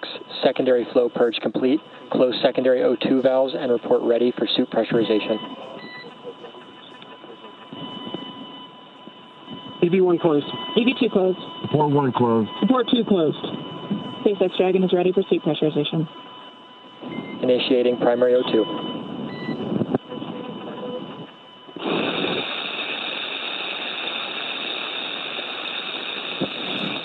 This is normal. This is with the airflow coming through. The crew members are on Vox, meaning that their microphone is on the whole time. So Sarah and Jared are going to be adjusting their audio levels as this flow continues to help regulate that. Yeah, the Vox will kind of attenuate, so it'll sound like this now, but as we get through the spacewalk, it'll kind of come down, and you'll just hear voices a little bit more clearly. Their voices are actually going to change too. Like, did that happen to you? Did that throw you, Mike, the first time you heard that? It absolutely did. Yeah, because you're talking and you're going, who is that? Right? 'Cause you don't realize how much different it can sound. Yeah. Your voice can sound in that lower pressure environment. Yeah. Speaking of lower pressure, we can see the pressure changing there with the telemetry in the bottom left-hand side of the screen. So we can see that suit pressure going up, and we're able to keep tabs there as well with the Dragon pressure. So Dragon on the far left circle, that's the pressure within the cabin, and then suit, obviously that's the pressure within the suits. So we'll actually be able to, and I think we've kind of been able to see it already, that these suits will inflate a little bit, look a little different. And we were talking about the visors before, so when they're in the sunlight, that coating will help keep them cool and not overheat them, and then when they're in shadow, it'll help keep them warm. So, and it's also like your sunglasses as well. Yeah. Right? Serves that purpose. All right, so at this moment, the suits are getting their primary pressurization. This takes about 3.5 minutes, a little bit less, and then we're going to go through those actual suit leak checks. The crew will probably get a reminder they have to stay really still when we do those leak checks, and I always was kind of wondering, like, why the heck? And like, if you bend your arms, you're actually going to start, changing the volume inside the suit, and that'll cause pressure spikes. And so that's right. You got to stay really still. Yep. And then after we get through the leak checks, we're going to go through kind of that final pre-breathe where they're going to hang out in that 100% O2 environment just to continue purging all of that excess nitrogen. Suit pressure stable when purge complete. Activate secondary flow on. Report when complete.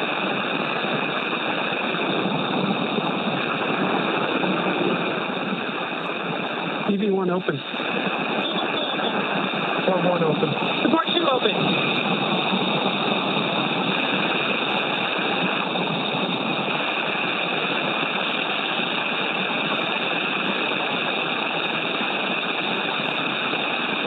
And right there, they finished the purge, and they did a quick reinitiation of that secondary flow check. Response. Close secondary flow and report when complete.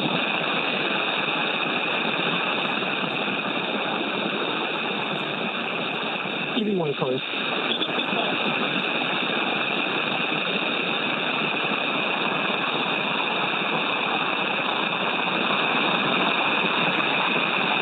Support 2 closed. Support 1, are you closed?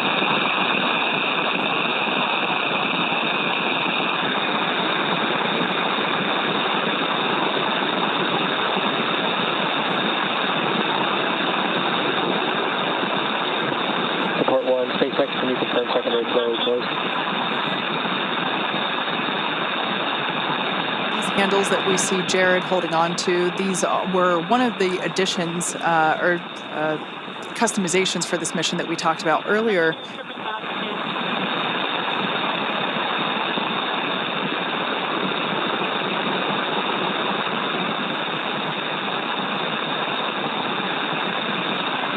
Support 1, SpaceX contact.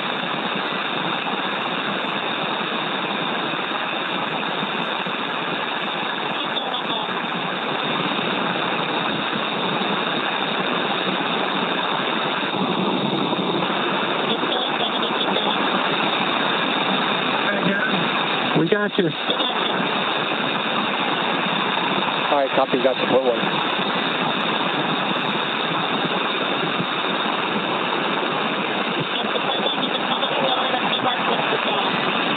Copy.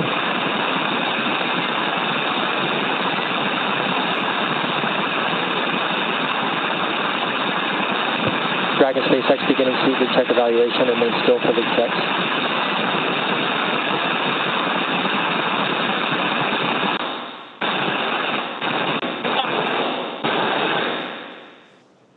So once again, that background noise is expected. That is the microphones and the flow of air within the suits. So we're trying to stay quiet to, along with you, listen in on what the crew comms are as they go through.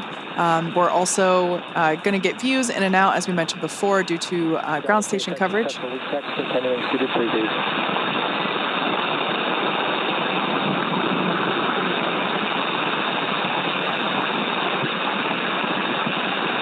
And it is a little bit tough to hear. We just heard, though, that we got 4 good leak checks on their suits, and now they're going to be in this final suited pre-brief. And so again, this is going to last about 19 or so minutes, and this is just to do kind of that final, get all of the excess nitrogen out.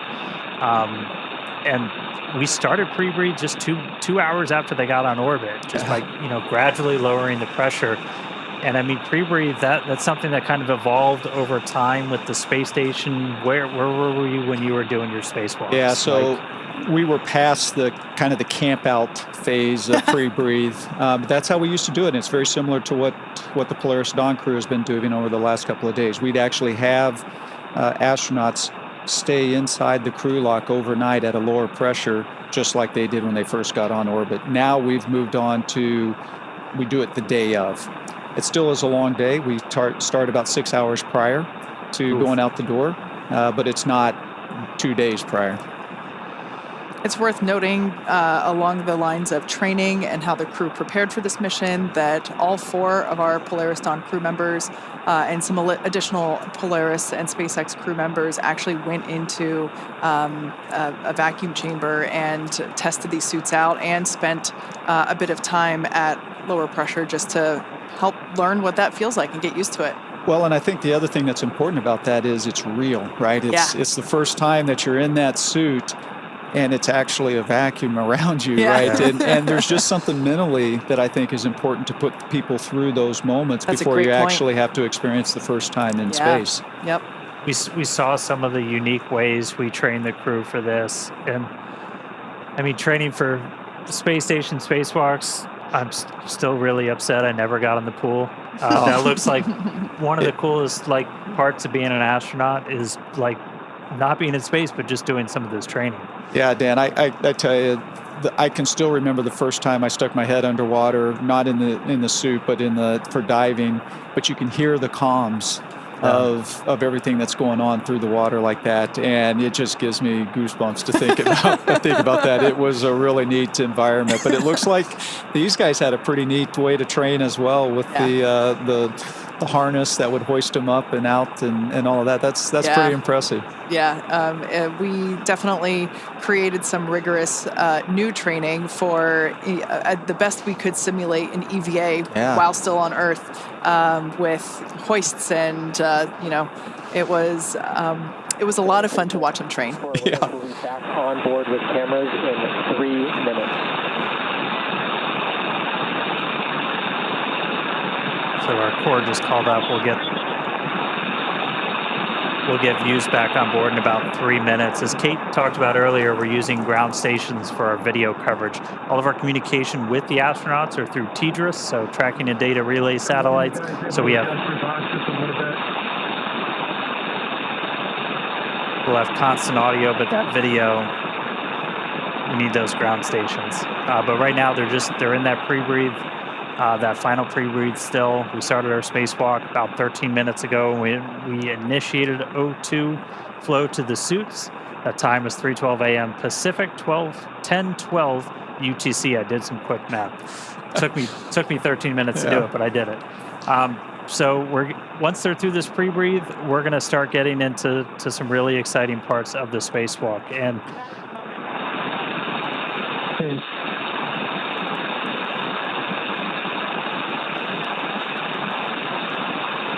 And then after we get through the pre-breathe, we're going to get to cabin vents. So, what's going through your head when you're like, man, it's happening. The air's going out. It's really happening. It's happening. Yeah, I tell you, it is a long process to get to this point, right? They've been prepping for this for 2 days, right? And one of the hardest things I found about the spacewalks is the waiting. Hurry up and wait. Hurry up and wait, right? You are so ready to go out and to do this mission and to go out that hatch, and it just takes time. And I think that's one of the things you talked about, my fifth versus my first. Your fifth, you kind of understand how long it's going to take. You have a better appreciation for how long it's going to take. And so you literally find yourself in these moments when you're kind of waiting through this pre-breathe, or you're waiting for the airlock to depressurize. You just kind of find yourself just floating there, kind of zoning out, trying to keep yourself calm and relaxed, and until that moment when it's game time. Yeah. Now, just a quick mention, we're about a minute out until we get those views back inside the cabin. The view that we had previously was our Dragon tracker, which if you want to see where Dragon is, you can actually look that up as well. We have it on our website, spacex.com/follow-dragon. But yeah, just as a reminder, our crew, they are in their designated, Jared's not, but our crew members, basically Sarah and Kid, have switched their seats for the EVA. Last time we were able to see inside the cabin, we saw Jared awaiting to open the hatch. So he wasn't in his commander's seat, but Sarah is now sitting in Scott's pilot seat, also known as seat 3. And then Anna is on the far left side, and Scott is on the, we can see it there, it's on the far right side. And also just a reminder, their call signs for these EVA operations, Anna being support 2, Kid being support 1, and then Sarah being EV2 and Jared EV1, representing that Jared will exit first, do his activities, which include just some mobility testing of the suit, and then Sarah will go out and perform the exact same testing once Jared comes in. Meanwhile, Kid and Anna will function as the eyes and ears. They will be performing their own list of operations during or their own list of tasks during the EVA. So while Sarah and Jared are going to be the ones that are, partially egressing the capsule once that forward door is open, Kid and Anna will also be performing an EVA in their own right. That's right. And we talked about it earlier, first time 4 people exposed to the vacuum of space. There's a lot of firsts in this. That's going to be a really cool first, not just for us and Dragon. But we are going to be getting views back really soon. We're, again, just in that final pre-breathe step right now. And then we're going to start venting Dragon down to near vacuum. So we're going to have a couple of different valves that are going to open up, and the atmosphere inside Dragon is going to start going overboard out into the vacuum of space. Now, the crew, the ground, they can pause that cabin venting if they need to. We can pause and resume. The most likely reason is for ear equalization, as again, you're going through a lot of pressure changes anytime you do a spacewalk. And so if you've ever flown on an airplane and your ears popped, you've experienced just a little bit of what they might be going through right now. Once we start cabin venting, if we terminate or abort the spacewalk during that venting, we cannot start again. We talked a little bit earlier about how consumables are the thing that really drives you. And for us, we don't have great big airlock with this, with a full station's worth of oxygen and stuff like that. So suited pre-breathe complete. Confirm clearance for venting at pre-breathe complete.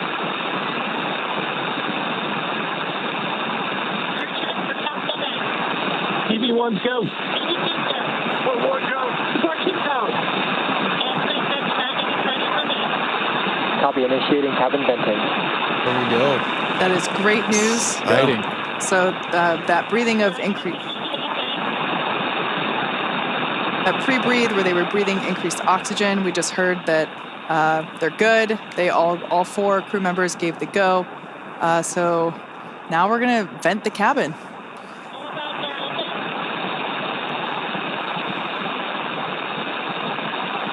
Yeah, in total, this will take.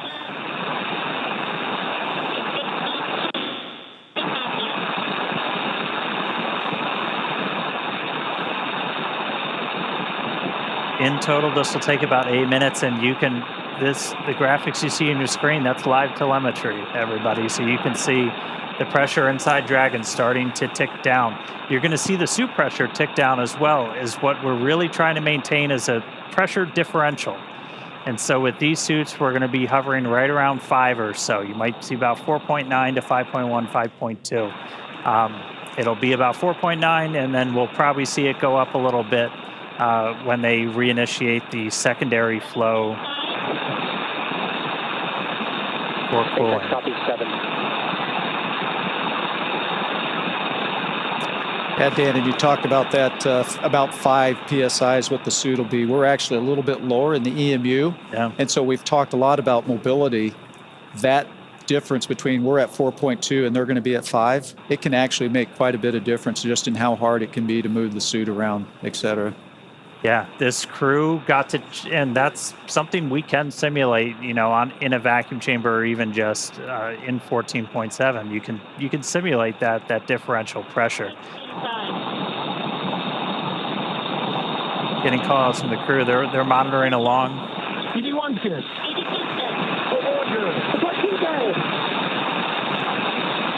We're going to hear that we're going to hear that chorus pretty frequently, where you do those kind of frequent, almost like check-ins. And I know you guys did something kind of similar where like you would have to pause and, you know, check your gloves, that kind of stuff. We did. I will tell you, one of the interesting things watching this live right now, the difference is how quickly the depressurization is happening here versus what my experience was. And so you talked about being able to clear your ears and all that. You're not giving a lot of time for your ears to adapt to that lower pressure. So this seems pretty quick to me.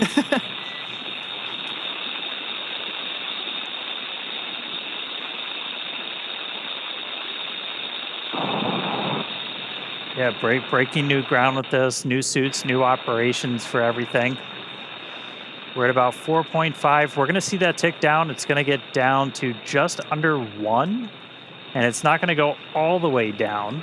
And then what we'll actually see is we've got a capability to open the hatch automatically. We've got a motor in it, but Jared's actually going to unlatch it, and he's going to give it a little tug to kind of break the seal, any of the kind of the stiction in the hatch itself, and that's going to kind of take the capsule down to its final vent before Sarah, who's at the displays, she's going to command the hatch to actually open.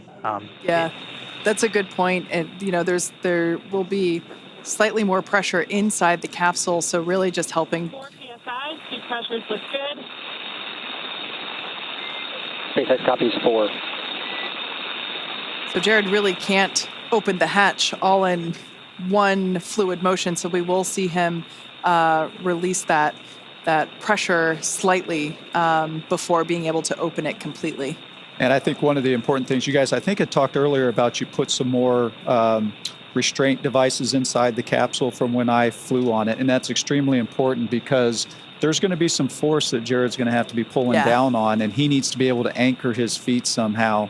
Otherwise, he's going to pull and it's not going to go anywhere. And so the new restraint devices in there, we're going to see how important that's going to become here when he tries to open that hatch. Yeah, that's one of the things. That's why we have Skywalker out there. We've talked about how kind of similar to Gemini when they were first kind of stressing their legs, but important to remember, we've got that 50 or 60 years of spaceflight history that we're able to draw on. These are new suits. This is a new operation. This is to, you know, work out all the kinks and really test this for the first time.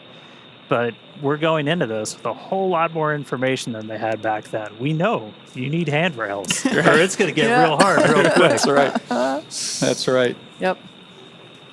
We did also hear Dragon's moving into its EVA orientation. Essentially, we're going to point the trunk at the sun under 3 PSI. I think it's also interesting you notice that the depressurization has slowed down a little bit, right? So as we get to this lower pressure, it's just taking it longer for that remaining little bit of air to go out through the vents. And EV1, com check. EV1, loud and clear. Loud and clear as well. And also hear the Vox starting to adjust its levels. Yeah. That flow of oxygen has not stopped, but the microphone's kind of adjusted and it's getting a little bit clearer. And yeah, keep an ear out. You might hear their voices start to like tenor down a little bit.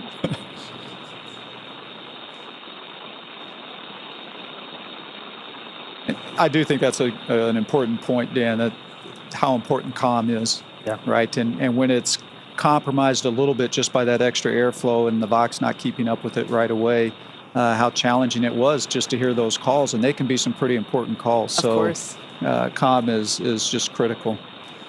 We can see Dragon capsule now approaching close to 2 PSIA. Like Dan mentioned earlier, that's going to get to just under 1. It's incredible to think that, the Dragon capsule in all of its power and glory and awesomeness, the new capsule is around their bodies, right? Yeah. That is what is going to protect them from the vacuum of space. And, just seeing how, even though it's puffed up and we know that it's, holding that pressure, it still looks so cool, for lack of a better word. EV1's good. EV2's good. Oh, we're good. Supply 2 dead. Yeah, you really have 4 mini spaceships in there. Pressure approaching 2 PSI.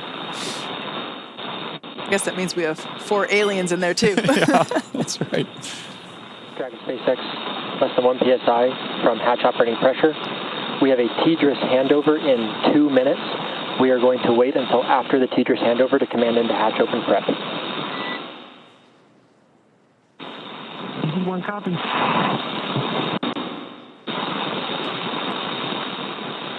And I think you heard that, the TDRS handover. So there's going to be a short period of time there where they're out of comm, and it's kind of interesting because we're at a very critical phase as well. And so you want to make sure you have all the data and the ability to talk to the astronauts before you actually take that next critical step.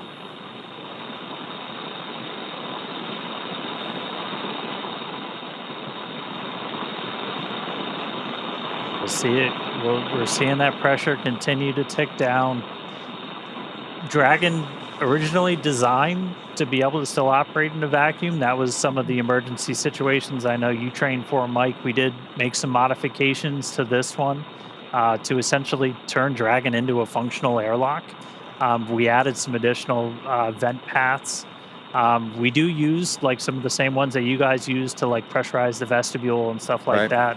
That are actually in the hatch, but we've got an extra one in there to be able to essentially do that depress as quickly as we did.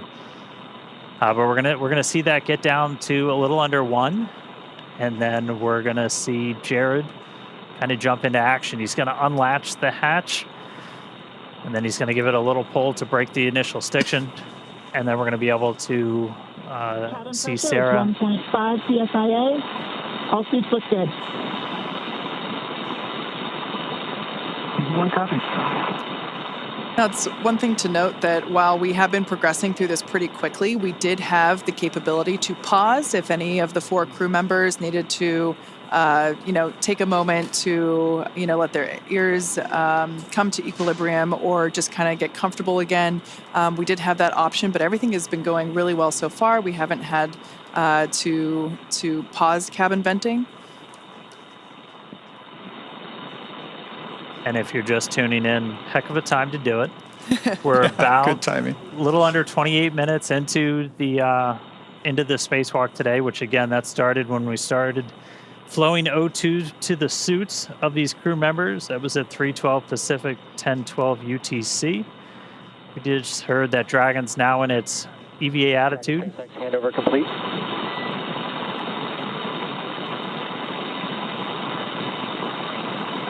So again, we've got Dragon's trunk pointing towards the sun. We are with you on board, watching through the cross view.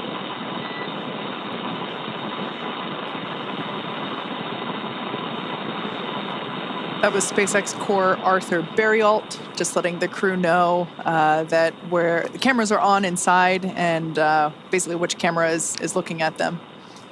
It's so fun to hear Arthur's voice because he was actually a part of our mission as well. In fact, Arthur was an intern, started out as an intern when we were first starting the training, and so now to see him as a core and is pretty neat. Very similar to Sarah, who also started as an intern. Yes, yep. Yeah.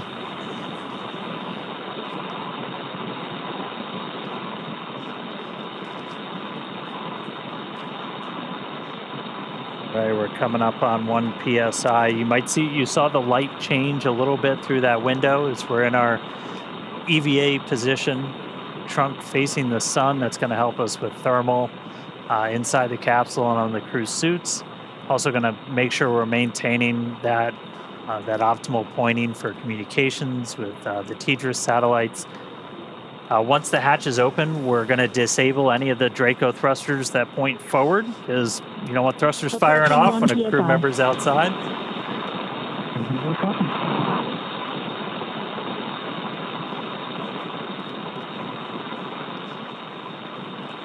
We're at 1. You can see the suit pressure is ticked down too. There's about 4.7 difference between the suit and the ambient cabin there in Dragon. That umbilical that you see there just to the side of Jared, that will continue to flow the air into his suit as well as provide telemetry and communications connection. That's also where we have the safety harness built in as well, so it's able to... Dragon SpaceX, cabin pressure below hatch operating limit. Stand by for transition to hatch open prep. Here we go.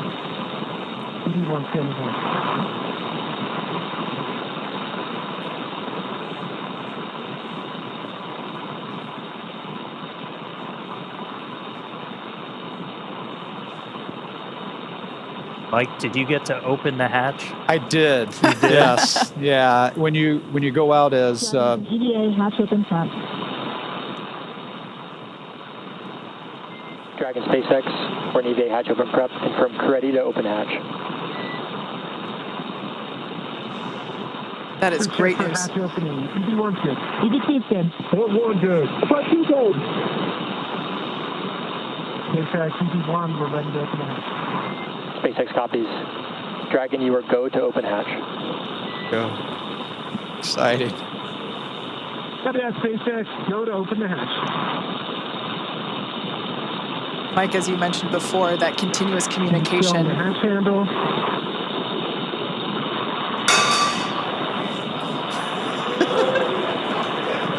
As you can hear, we do have a crowd gathering outside of Mission Control here in Hawthorne.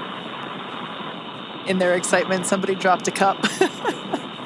We can see our commander, Jared Isaacman, now turning the crank, which allows the that top hatch to open. We'll see him give it a pretty heavy... EV1, hatch is visually indicating open. SpaceX copies. Stand by.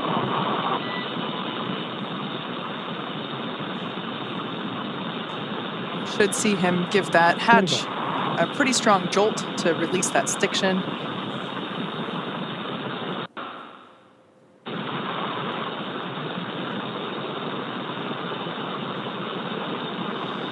Hatch is now unlatched.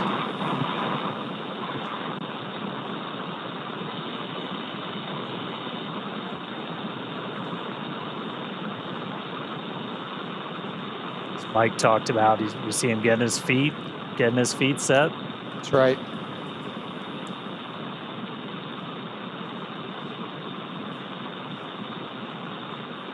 Dan, you'd asked if I'd gotten open the hatch. So when you go out as EV1, just like Jared here is EV1, that's typically the role for you is to open that hatch. And you guys have to draw straws, fight over who gets.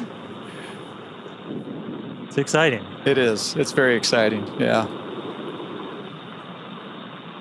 Now, for those of you that have just recently joined, as you can see, we have successfully depressurized the Dragon capsule down to 0 PSIA. You see that in the bottom left-hand side, bottom left corner of your screen.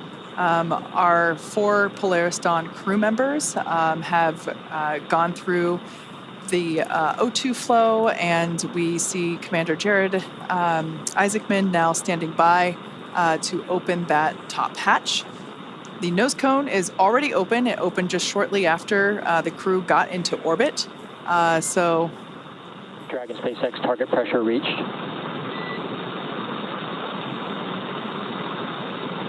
Copy that, SpaceX. I'm unseating the hatch now. Jared now opening Dragon Resilience Unseated. into space. So we saw some motion on the hatch. Again, he's just giving it kind of that initial tug. And then Sarah gets to push the button to swing that hatch open.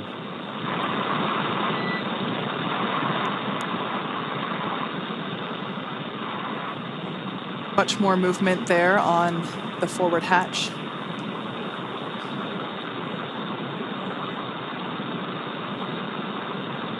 This must be pretty exciting for Jared because that center part of Dragon SpaceX, that's a good brace. We're going to have you repeat the operation. center of the hatch actually has a window. SpaceX, the hatch is unseated. Copy. Let's give it another pull. The hatch is several inches inside its OCJ light. Copy. We see it.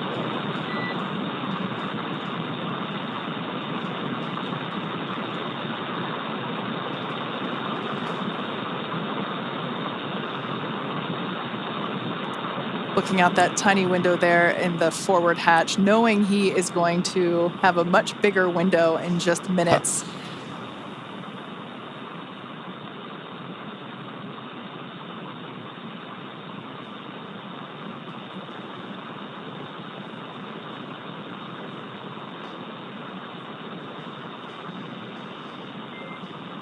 Dragon SpaceX vent complete. EV1 return to seat. And EV1 copies, transitioning back under the display.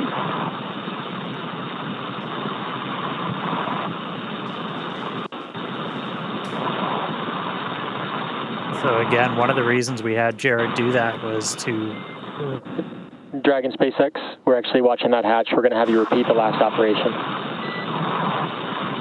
Sounds like they're going to have him repeat them. One of the reasons we're doing that is just to kind of vent any of that residual atmosphere. Up from under the display. And EV1, you are go for manual hatch open. Sounds like we got our first audible of the day. As we said, that we can open the hatch. Opening the hatch manually. We could open the hatch. We could open the hatch automatically, or we can do it manually. And so they just gave Jared the go to open that hatch manually. So we just went out of ground station reach, so we'll get the views back. Wow. We'll get the views back real shortly, and then the hatch will get open. Hopefully we'll see a hatch open. And hopefully we see it. Yeah, hopefully we see a hatch open. The hatch is open. SpaceX copies. Hatch open. That is fantastic news for those that... SpaceX EV1, I'm looking at the seals.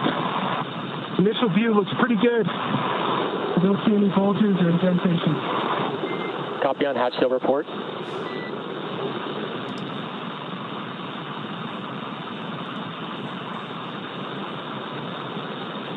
Yeah, that seal that you just heard him talking about, it's such a important part for the end of the EVA, right? So that when they close that hatch again, you get a good...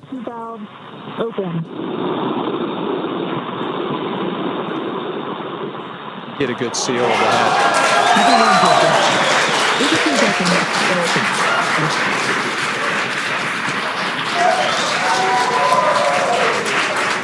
EV2 SpaceX, can you command open forward hatch? This is going to stall it open. There is our first view of the forward hatch, wide open to space. Forward hatch.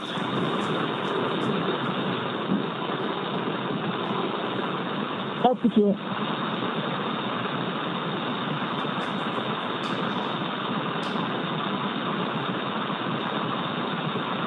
If you just jumped in, we are 38 minutes into today's spacewalk, and the hatch is open on Dragon. First view from a helmet cam, looking out. Dragon SpaceX, we see it stalled. EV1 is go to continue.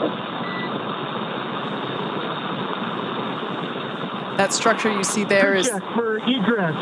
EV1 good. SpaceX EV1, I'm transitioning back from under the displays.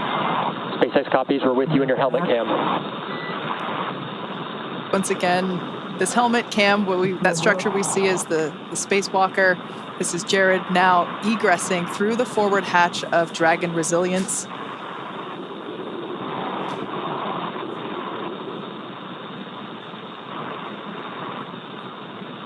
These are the first views of the first ever commercial spacewalk.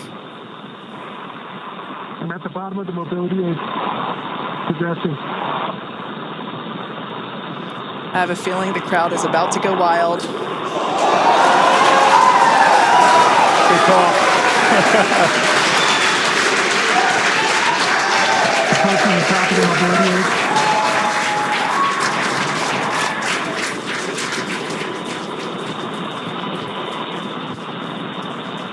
SpaceX.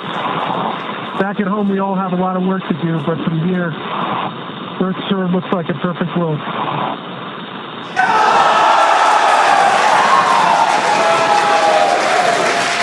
right, SpaceX, EV1, I'm going to step into Test Matrix 1. Single-handed mobility demonstration. Commander Jared Isaacman now emerging Copy, from... we're with you in Test Matrix 1, watching from the nose cone.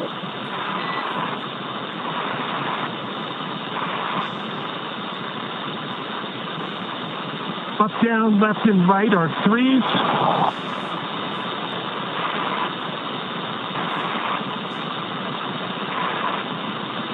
Pitch and roll are 3. Yaw is a 2. Switching. Single-handed operations are fine. Static and with dynamic disturbance. Switching to left hand.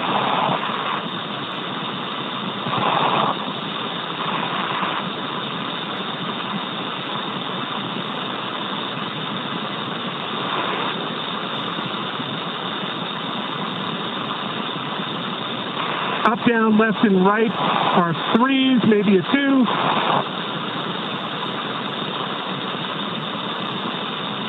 Pitch is a 4. Roll is a 2. Yaw is a 2. So these are the suit mobility checks that Jared is Single-handed performing. operations, dynamic and with disturbance, are all adequate. Test Matrix 1 complete. HUD check, 5.3 PSI, 48% RH, 33.9 Celsius. SpaceX copies Test Matrix 1 and HUD readout.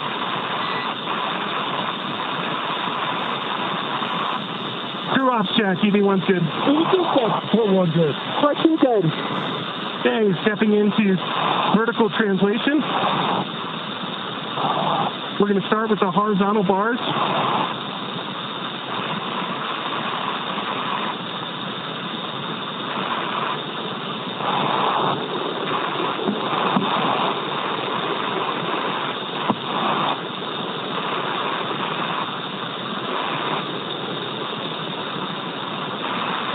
All right, we're going to transition over to vertical.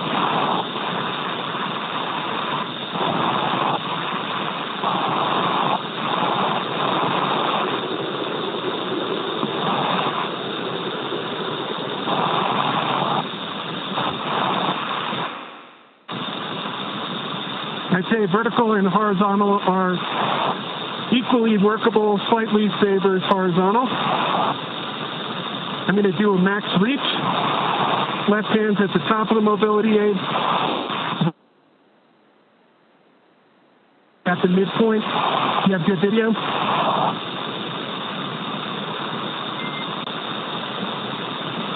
We just lost our live video, but stand by 1. Okay, switching over to max reach, switching hands. Copy that, SpaceX. I'm holding up at the max reach.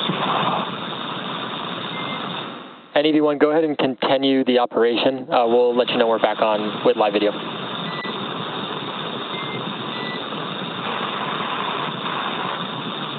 Copy that. And for your awareness, max reach, left aid, and the mid bar. And that's test matrix 2 is complete. HUD readout, 5.3 PSI, 33.9 Celsius, 50% RH. Copy, test matrix complete and HUD readout. Crew op check, EV1's good. EV2's good. We're good. Part 2's good. Stepping into test matrix 3, hands-free demonstration. EV1 SpaceX for ingress time. Go SpaceX. Recommended ingress time of O2 flow plus 47 minutes. Copy that. Ingress time, 47 minutes. And Dragon, we're back on live video from the nose cone. Copy that, SpaceX.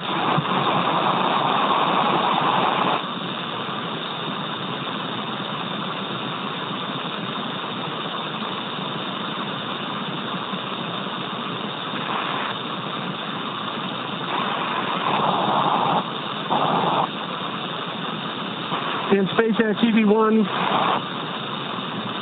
I would say the hands-free demonstration is very comparable to the trainer in terms of the foot restraints. SpaceX copies. And EV1, when you have time, if you'd like to return to the reach demonstration, we'll take a look at that with the live video. Copy that. Test matrix 3 is complete. The HUD readout is 5.3 PSI, 47% RH, 33.8 Celsius, and stepping back into max reach. Copy, test matrix 3. And as you can see, top of the mobility aid. And let's get a quick crew ops check. EV1's good. EV2's good. I'm good. Part 2's good. Copy that.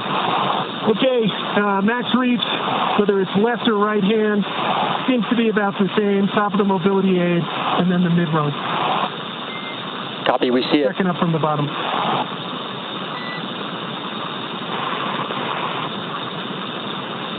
Any go back, SpaceX?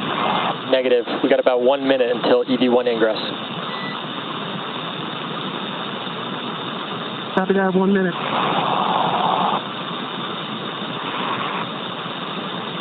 It's gorgeous.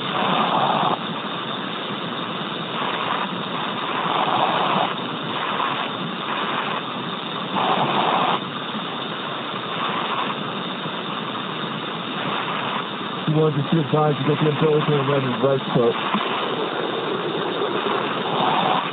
EV1, we're checking out your helmet cam now.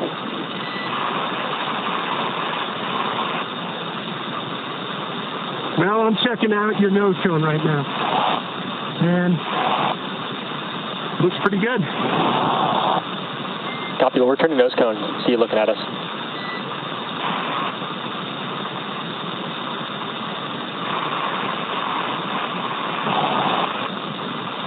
All right, we're coming up about that O2 flow timer time. Crew check for ingress. EV1's good. EV2's good. Part 2's good. All right. SpaceX EV1. Congrats for the huge team effort that it took to get us to this point. We know it's just the start. And I'm transitioning back into the vehicle.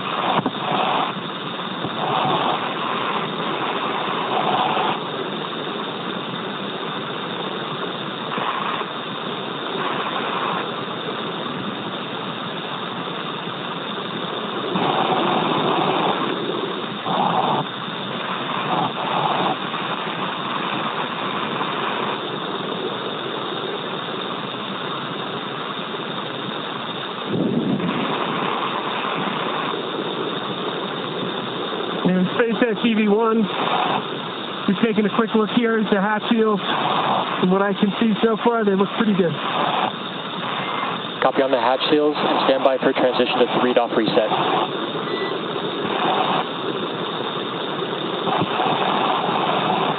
Copy that, SpaceX. Good.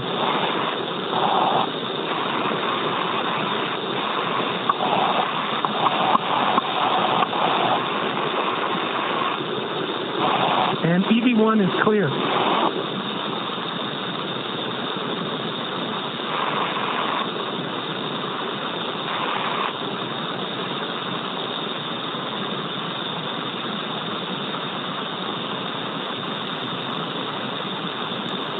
All right, so Jared back inside. We heard him going through what's called the test matrix. It's basically just a bunch of maneuvers using different hands, using the foot mobility. Freed-off reset is in progress. Calling out numbers. Right now, though, we're doing, you just heard Arthur call up 3-off reset, so we didn't use any of the forward thrusters while Jared was out there. We're re-enabling them, putting us back in our perfect attitude before Sarah gets ready to go out the door. Fun thing to note, it's still not a perfect vacuum inside a Dragon. It's an open loop system, so oxygen is kind of getting dumped into the cabin as this is going on. So you got a higher pressure in Dragon than you have outside. So we're not worried about thruster pluming. Yeah, now you mentioned Sarah, just like Jared, she will have 10 to 15 minutes outside, perform those same sets of mobility tests as Jared. Like we heard the Corps do with EV1, they will call out when there's 1 minute remaining. SpaceX, attitude reset complete. EV2, go for egress. There's Sarah's clear to proceed. Copy. Crew check for EV2 egress. EV1's good. EV2's good. All good. What 2 good? EV2 is going to go stand in the door and then step outside. Now this test matrix that Jared just performed and the one that Sarah's about to perform, they have both committed to memory in order to execute these. We saw it being done pretty efficiently. I can't believe how quickly that time went by. Mike, we were talking about how your spacewalks were hours and these guys only have 10 to 15 minutes and it just like that. Yeah, it can go pretty quick, and but fortunately, Capsule looks good. I see a little bit of a bulge between 14 and 13.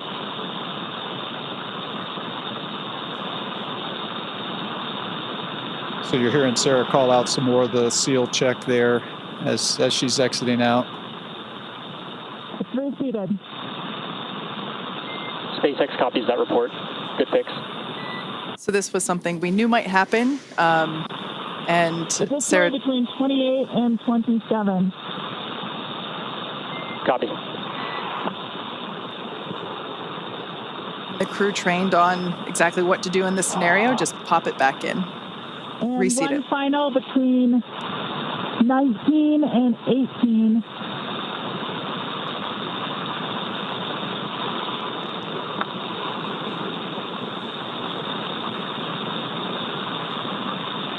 That might be best reseated with hatch closure.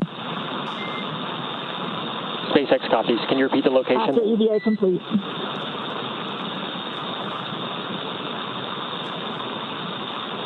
Between 19 and 18. All right, copy. I'll track that and ask again when you're ingress.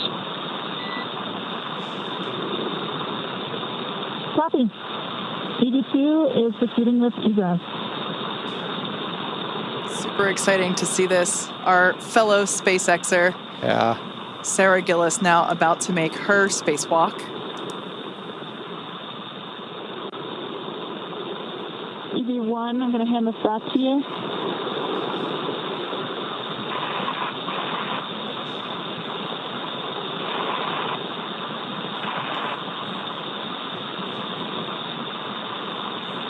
Like we mentioned, Sarah will be performing the same set of mobility tests.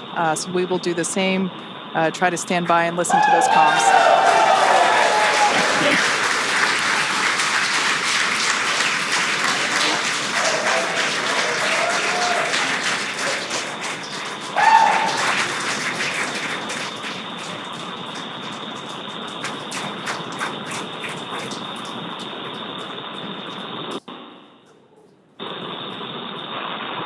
I mean, I said it before, a lot of us work here because we want to do this. All right, stepping into test matrix 1 for single-handed mobility. Really cool to see one of our own out there. That's awesome.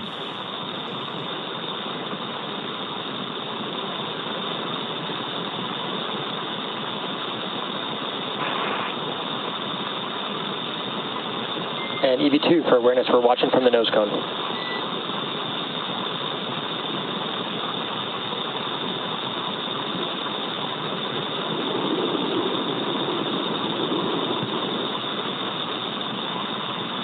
And copy all.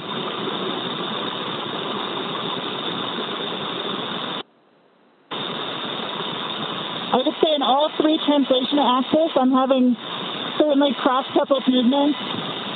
Forward, back, I am inducing a bit of a roll.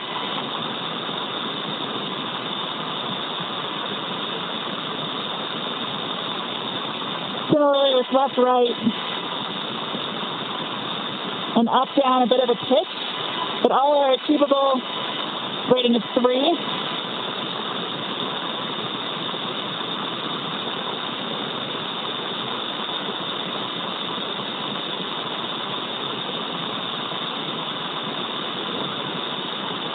Yaw is a 3.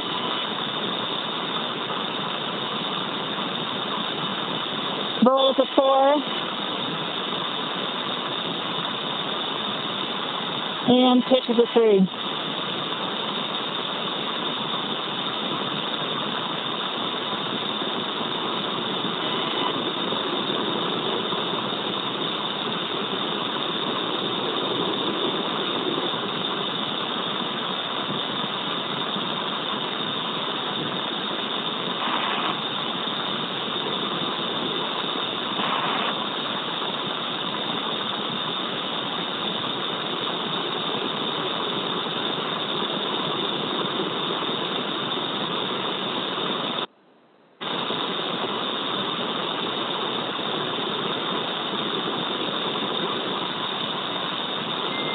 Source for left hand. Stepping into vertical translation. SpaceX copies. And EV2 for awareness, we're tracking an ingress time at O2 flow, 5-9 minutes. Copy, 5-9 minutes.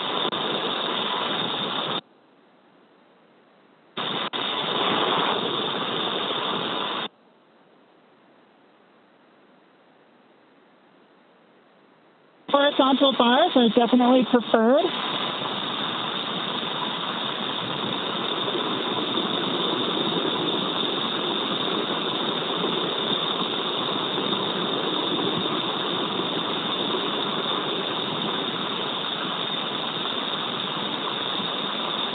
And I'm adequately able to stabilize my body with single-hand disturbances.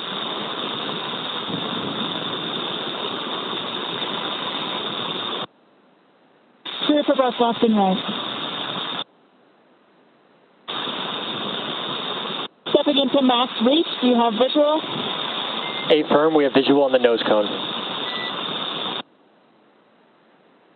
Copy from bar 4 to bar 2, from top down.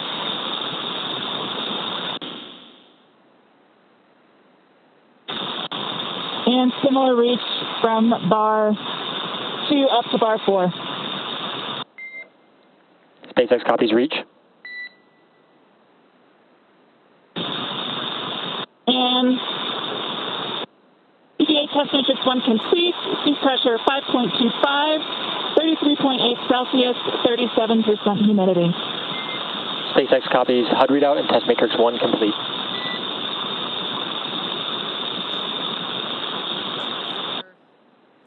Copy, stepping into test matrix 2.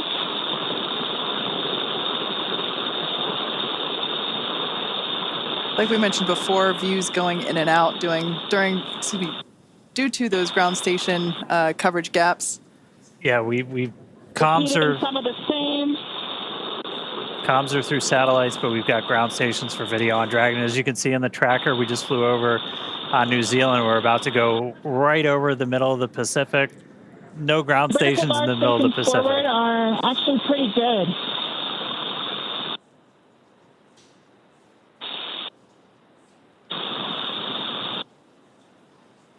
We're hearing the voice of mission specialist Sarah Gillis, our fellow SpaceXer on her spacewalk. She's got about a minute left, and then she's going to start heading inside. And SpaceX with a little more work, they can actually get between almost bar 1 and bar 4 on max reach. SpaceX copies.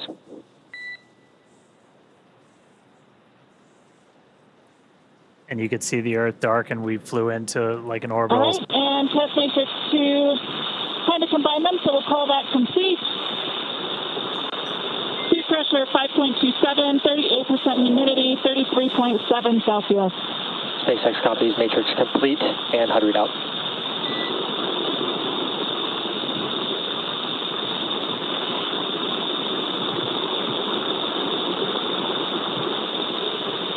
Stepping into hands-free demo.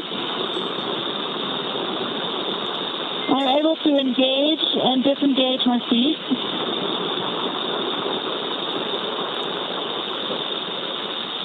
Copy that, EV2, and once you are able to engage, disengage, we'll actually have you start ingress. We're just over 5-9 minutes O2 flow.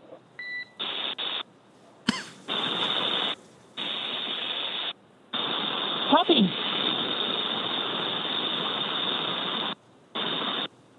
With that, EV2 is proceeding with ingress. Pre-check for ingress. EV1's good. EV2's good. Good. 14 good. Copy. Coming on in.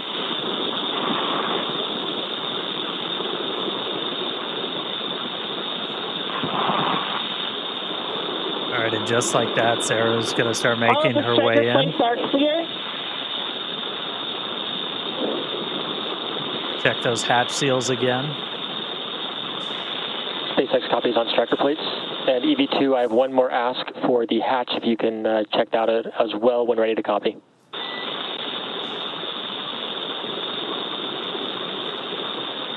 Ready?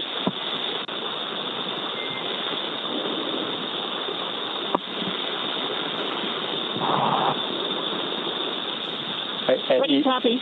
Copy. And EV2, what I'll have you do is, when you ingress, can you get eyes on the hatch handle mechanism and see if the handle has been stowed in the do not stow window, and report if you can see that?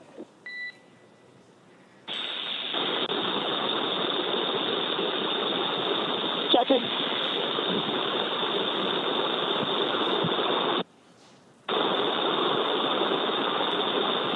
I think it's just outside. Copy, just outside. Thank you. Just outside the range.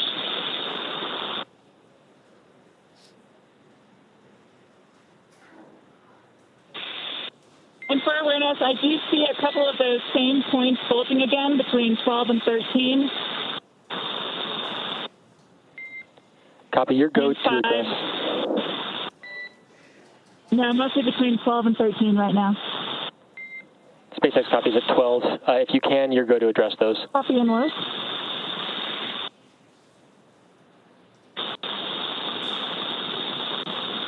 These numbers being called out represent the location around.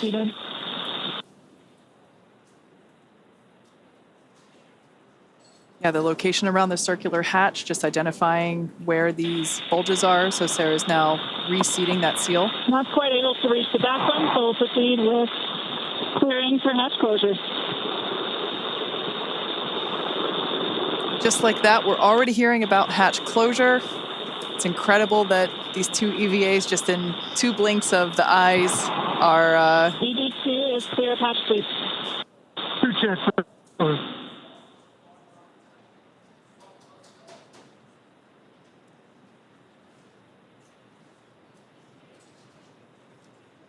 On your screen there is SpaceX Core, or Crew Operations and Resource Engineer. On duty tonight is Arthur Berrialt.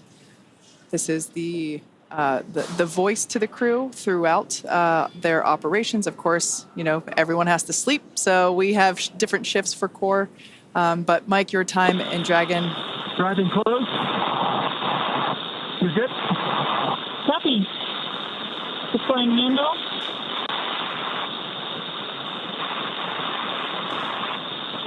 Applying force. and closing.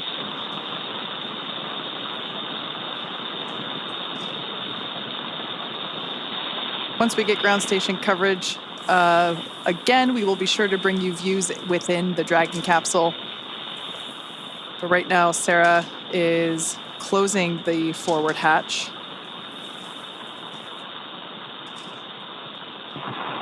It sounds like we might give the motor a try. He's confirmed the hatch is visually indicating closed. Command hatches verified latch. Okay, commanding EVA hatch closed.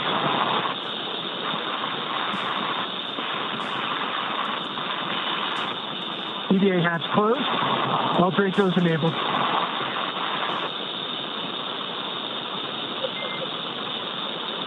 Dragon SpaceX, we see EVA hatch closed and pressure indicates good hatch seal. Stand by for transition to EVA repress 1.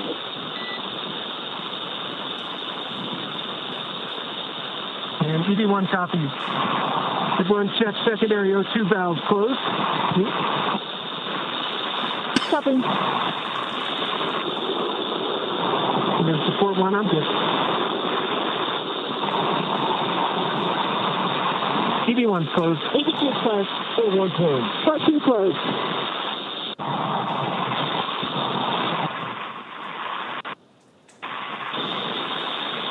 So a couple of real big moments right there. Sarah was able to make sure. SpaceX, we We're in copy. EVA repress 1. We copy secondary flow is closed and agree. EVA repress 1. She was able to make sure that the seals were in good spot. We got the hatch closed. You Okay, can crew, see we're out of a half PSI for 8.3. the pressure starting to tick up.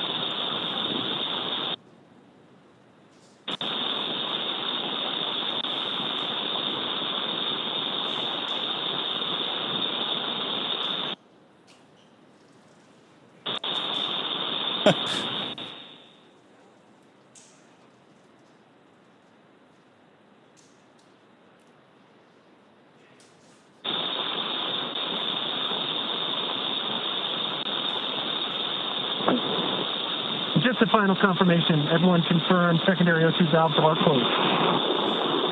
EV1's closed. EV2 closed. 41 closed. 42 closed. Copy that. And we're through 1 for 8.3.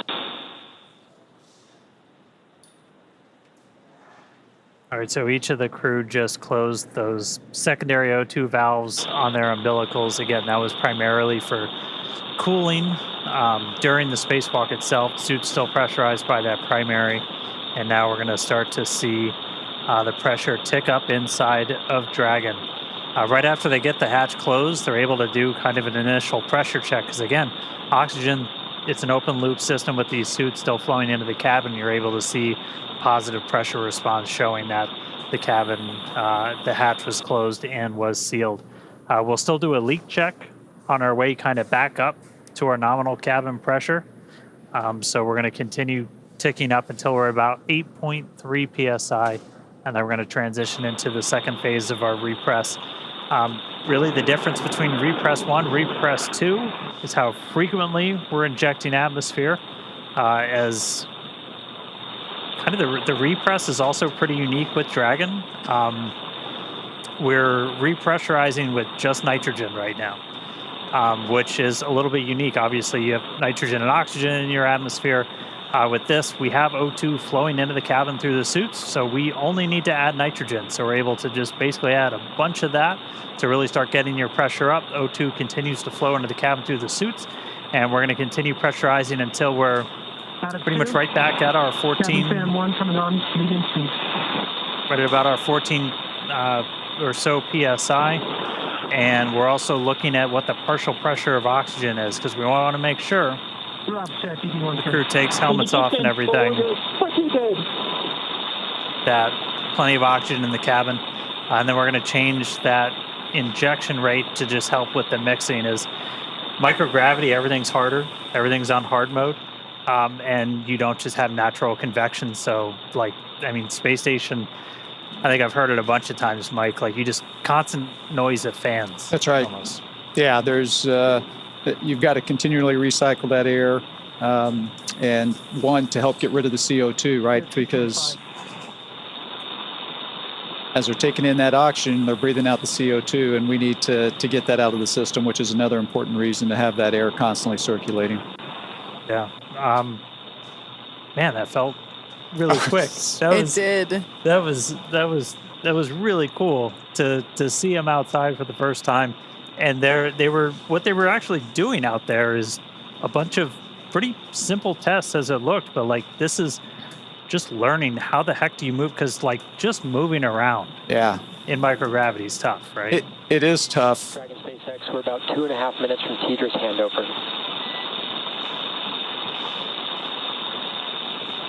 EV1 copy. Out of 3. Yeah, that movement is tough, and there is a big difference just of moving around when you're in your short sleeves like we're inside the capsule, and when you put on that spacesuit, it's much more challenging to move around with that on. Yeah, and what they were really doing was just kind of like you put your hand on Skywalker, and then you're changing your pitch, you're doing translation up and down and everything. And then the one that I think is kind of cool is max reach, because like just going like that is, not easy. Yeah, and I think one of the other things I thought was interesting is you heard, I think it was Sarah, talk about the horizontal rail versus the vertical and how much easier that was for her to grab onto or utilize versus the vertical one. So simple things like that, for us, it not a big deal. Yeah. But out there in the vacuum and in the microgravity environment, it does become a much bigger deal. And you and Dan and I, we've never been in space, so we certainly appreciate all of your expertise that you'd be able to share with us throughout this morning's operations and contributing your 2 cents. Yeah, no, thank you. It was great to be here. Just an incredible moment, not only for the Polaris Dawn, for all of SpaceX, and really for humanity, because it's just one of those small steps that's taken us that much closer to being that interplanetary species. So thank you very much for having me around. Our pleasure. Awesome. You're welcome back anytime. Excellent. All right. Good to see you, Hopper. Yeah. Thanks. Bye-bye. All right, so repress is continuing. We're a little over 4 PSI right now. Again, we're going to keep that going up until we're a little over 8, and then we're going to change our repress rate. We're basically just going to be injecting nitrogen for shorter periods of time. That's just going to help that atmosphere mix as we get the crew kind of back up to their normal cabin atmosphere that they haven't actually been at for the last couple of days, because we started this whole process like right after we got on orbit. Yeah, it was almost like we launched them and gave them 2 seconds to acclimate and enjoy their cute 0G indicator, and immediately stepped into the pre-breathe in order to prepare for today's activity. And really, like you said, let them acclimate and let their bodies adjust. And, the success of that really was demonstrated today by the fact that we were able to step through all of the steps today without having to take the optional and available breaks to allow the crew members to adjust during... Oh, sorry, I thought we were going to get something there. Yeah, we're box getting coming in. The Tedra's in and out, so we'll get it back. But. So just the fact that the all 4 crew members were able to just go right along and didn't have to pause as the option was available, I think it's a testament to the preparation that they did before and during. Garage check, EV1 good. EV2 good. 4 good. 4-2 good. Just heard a quick check-in from them, so we're going to keep counting the PSI up until we get to about 8. We are going to do another leak check on the way up to our nominal cabin pressure. As you introduce atmosphere, you're introducing temperature changes, not just pressure changes, and so we'll get to a nice, pretty stable point when we're at 8, and then we'll let it hang out there for a couple of minutes, let the thermals kind of cancel out. That'll take about 5 minutes to do that. This obviously has to be done to make sure we've got a really tight seal with that hatch, as before we let crew get out of their seats, move about the cabin, anything like that. I want to make sure Dragon is fully recovered. We just use Dragon as an airlock. Yeah, and actually the info that you were talking about, you see it there on your screen live with that telemetry there in the bottom left and bottom right hand corners. We can see the Dragon capsule and the suit pressures continuing to rise. It is incredible that we've only been in the EVA for 1 hour and 13 minutes. It flew by so quickly. 6 on cabin pressure, approaching 1 psi on PCO2. I'm sure for Jared and Sarah, it flew by even quicker. Yeah. We just heard Jared call down. We're coming up on 1 psi for PPO2. So what we're really tracking before we give the crew the go to get out of their suits is both the actual, like just the straight up, what the absolute pressure is inside, but also what the partial pressure of oxygen is. We want to make sure you don't have a hypoxic environment inside. Basically, you want to get them. They're going to be pretty much right back at the atmosphere that we're walking around in right now before they get their suits off. Our EVA clock's going to continue to count until we hear the call for EVA operations complete from our core Arthur Burial. That's going to come once we are done with the repress operation. We'll see a couple of other things happen with the suits. They'll do kind of a final washout of the pure O2 environment in the suit using nitrox before they get out. Nitrox being that same air mixture that you have in your scuba tank. If you've got any scuba divers out there, that nitrogen oxygen mixture. Nope, still just air. They're just going to keep psyching you out.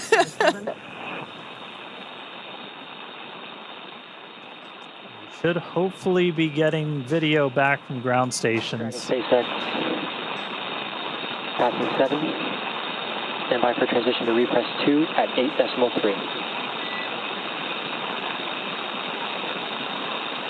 Okay, copy that, SpaceX. We're following along. Repress 2 at 8.3.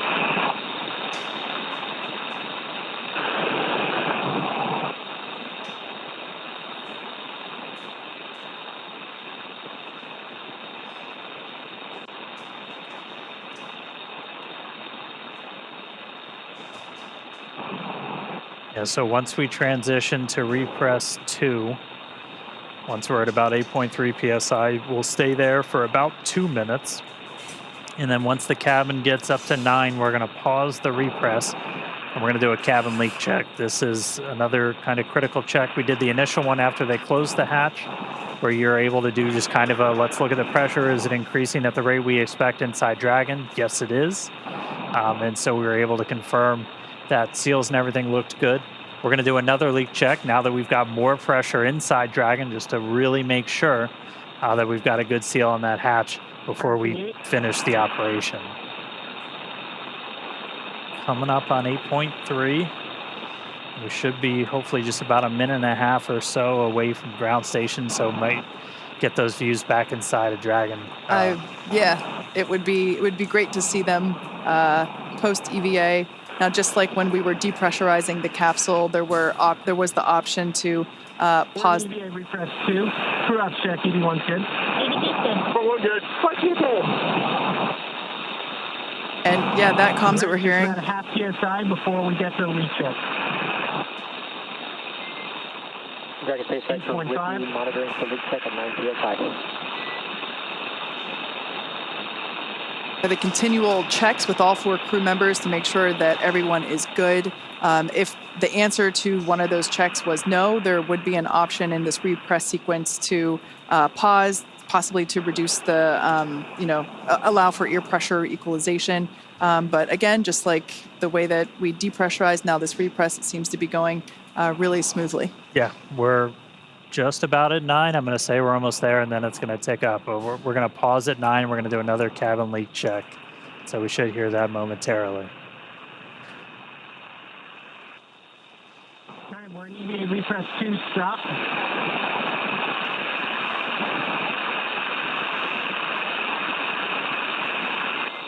Dragon SpaceX with you in EVA repress 2, stop.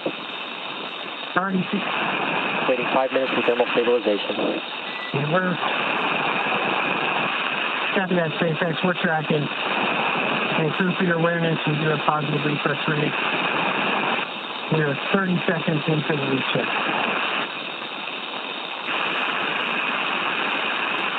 Like we mentioned earlier, right now this repress is being done with nitrogen. once we For get... your awareness, TPO2 is 1.35, halfway there. The suits are still flowing that oxygen, and in a few minutes we will begin to flow. We'll do a flush of nitrox into the suits.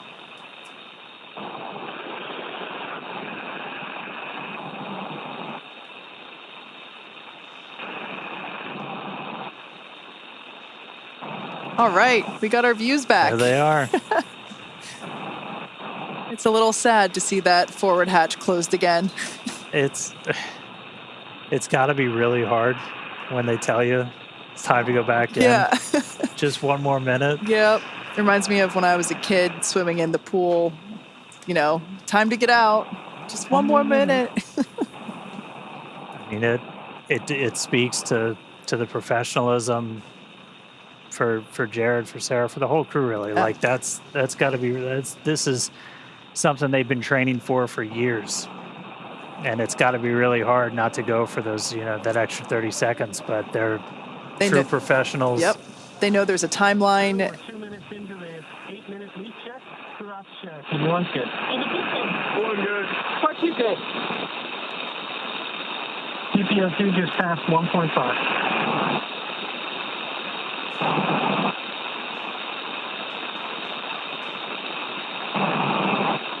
We're a couple minutes into our leak check.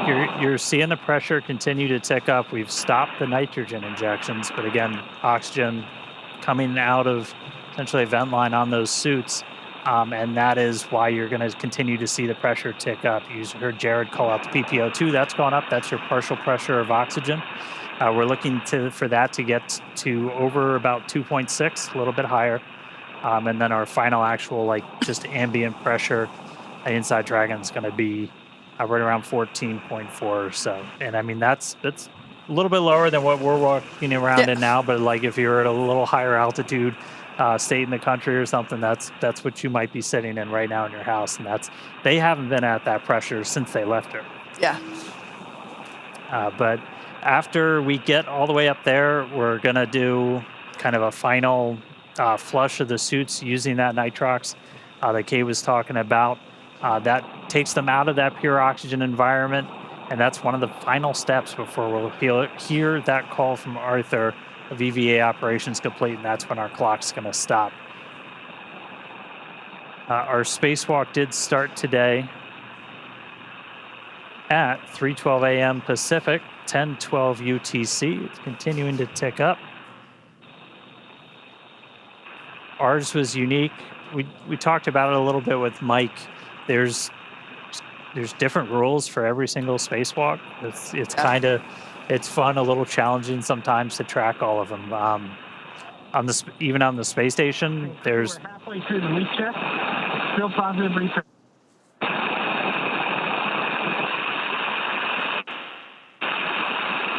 We're about halfway through the leak check, so we got about 4-ish minutes left.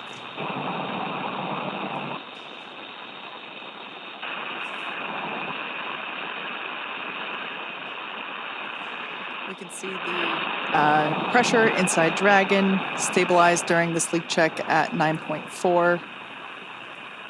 Helps to ensure that that forward hatch is properly sealed and shut. It's very similar to a suit leak check that we do in terms of sustaining a pressure and measuring that pressure over a period of time. Obviously the leak check for the capsule takes a little longer than the individual suit leak checks. But so far, so good. A little bit more than halfway through. Yeah, bigger volume. Check evaluation period start 3 minutes. All right, so we hit... Copy that, SpaceX. We're tracking. Hit essentially a thermal stabilization. So again, this is the fun... I think it's chemistry. I'm not sure, but as you're raising the pressure, you're changing the thermal environment inside the cabin, so temperature goes up. Your temperature goes up, your pressure can go up. So you wait for all of that to kind of equalize, and once that gets at a steady state, you can do a real no kidding pressure check on this hatch, and so we're underway with that. That's going to take a couple of minutes, and then we'll hear the results, and then look to resume with the repress. It'll slow down a little bit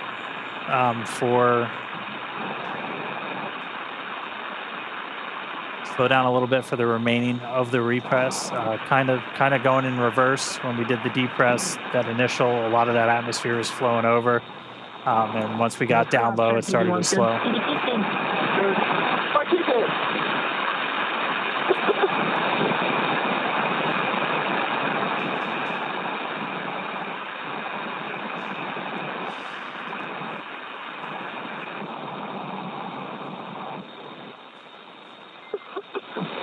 Really enjoying these in-cabin views. Everyone. Dragon SpaceX for awareness. This leak check is looking good so far, but we're still going to wait the full 8 minutes. Yeah, copy that, SpaceX. We're tracking. Sometimes it seems as though the feed freezes just because everybody's relaxing as the. We're coming up on 7 minutes in the leak check. It's 9.7. PPO2 is at 2.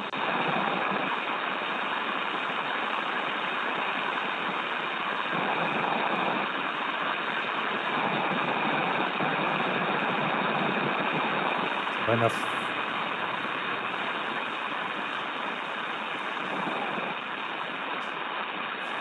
The final minute of our leak check. Reports from the ground, everything's still looking good.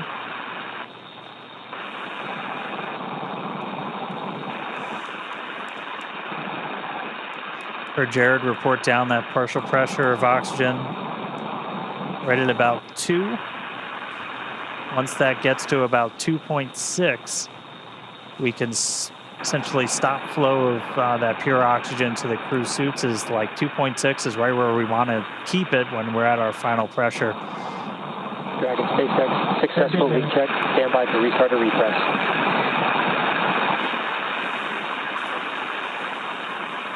Copy that, SpaceX. We're following.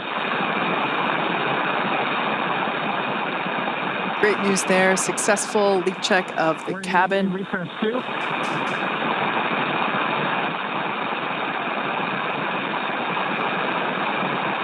right, crew, we're in EVA repress 2. As a reminder, EVA repress 2 will complete when either PPO2 reaches 2.62 or cabin reaches 1 atmosphere. Right now we're coming up on 10 psi for cabin pressure, and PPO2 is 2.2.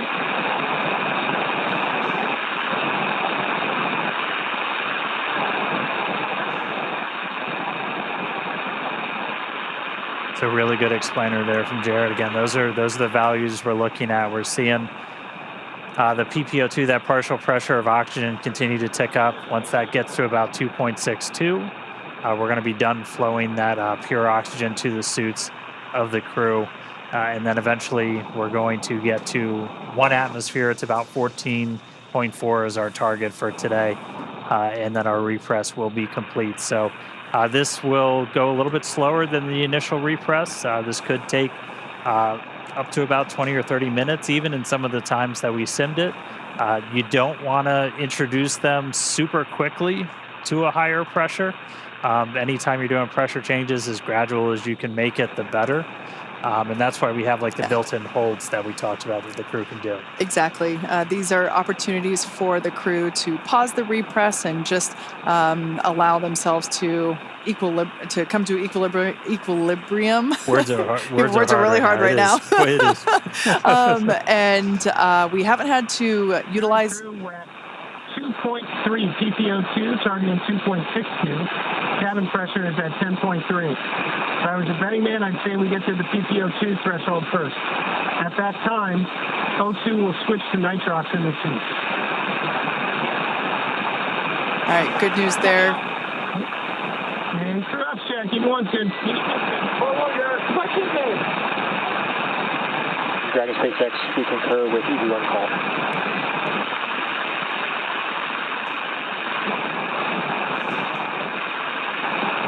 continuing to repress the cabin. We had a successful leak check.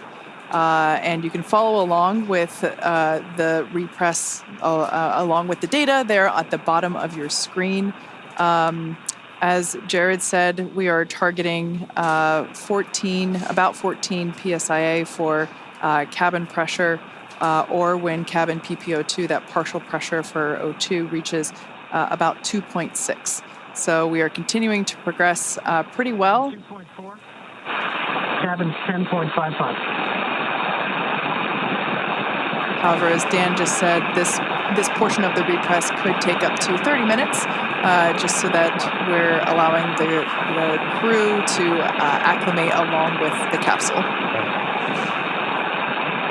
Really cool day so far. It was awesome to see them, out there going through the test matrix. Like, we only got to talk about it a little bit, but just some of the different tests that they were doing while they're out there.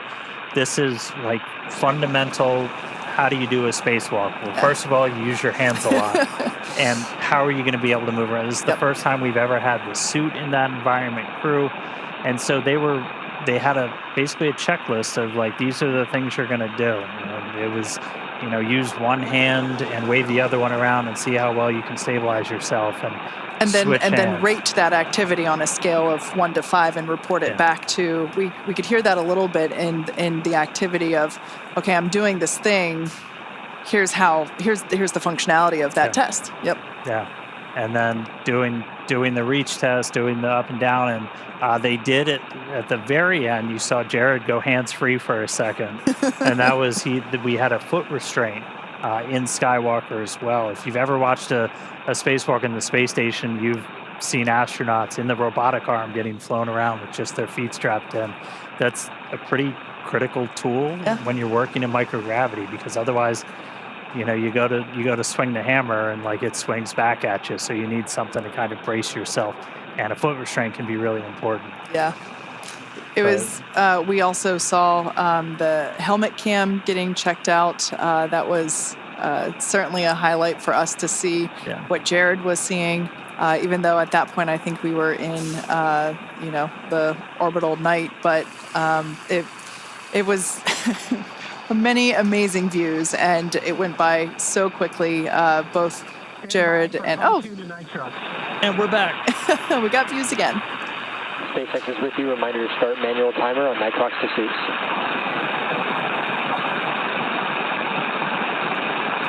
Got that, SpaceX. We're standing by.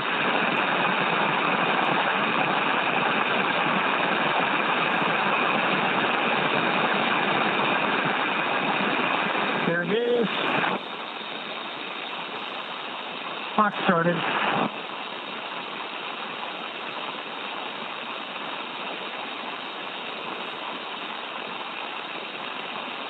We're on nitrox pursuit.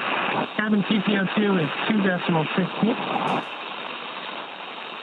And cabin atmosphere is 11.11.32. Well, it might look like the feed is frozen. If you look closely, you can see small micro movements there with fingers and the strap above Anna's shoulder. We, unfortunately, due to ground station coverage, don't have video 100% of the time, even though we wish we did. That would be great. But we can see that Jared and Sarah are not strapped into their seats, of course, because they performed their EVAs, or their spacewalks, extravehicular activities, where Anna and Kid remained in their seats, the window seats, so we can see their safety harnesses still strapped in there.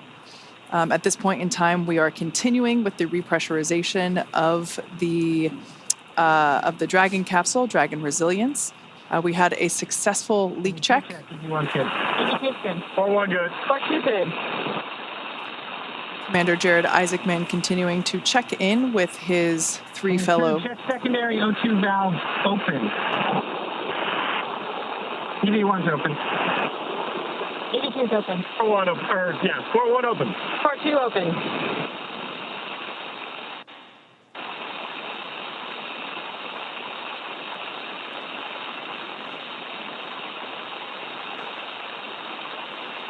Continuing to repressurize the Dragon capsule.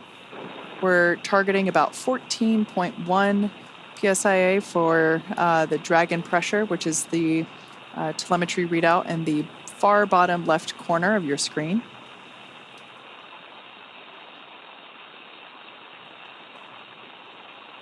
Yep, and along with that, we're also tracking the partial pressure of oxygen. So we did hear that they've stopped the flow of pure O2 to the suits, and they've switched over to nitrox. So again, anything that we're flowing into the suits also gets introduced into the cabin atmosphere. It's an open loop system. It's how you essentially maintain pressure in the suit, since you're just constantly flowing that air in there to wash out any carbon dioxide they're exhaling, to actually function as they're cooling.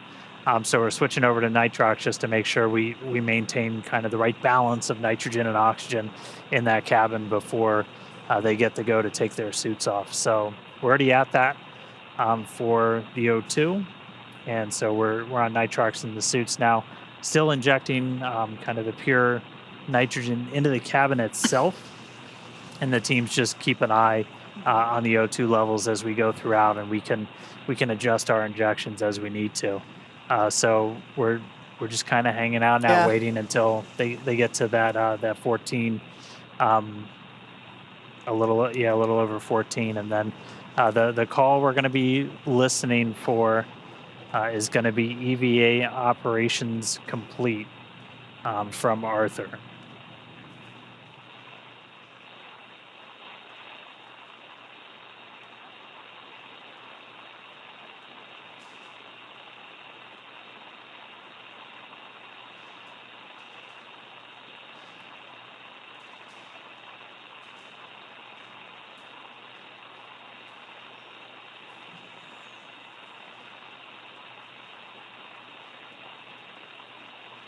We're 4 minutes into the O2 washout.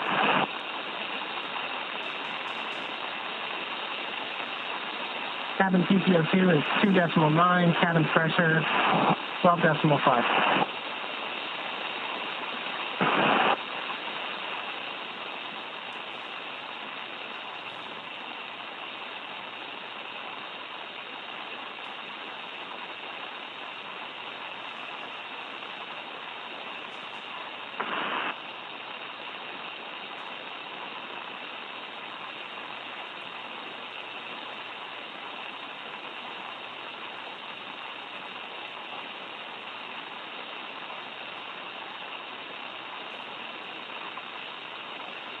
You can see the Polaris Dawn crew continuing as we continuing to monitor the repress of the Dragon capsule.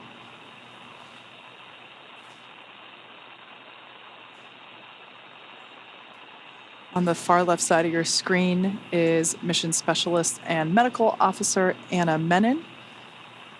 To her left, or our right, is Mission Specialist Sarah Gillis.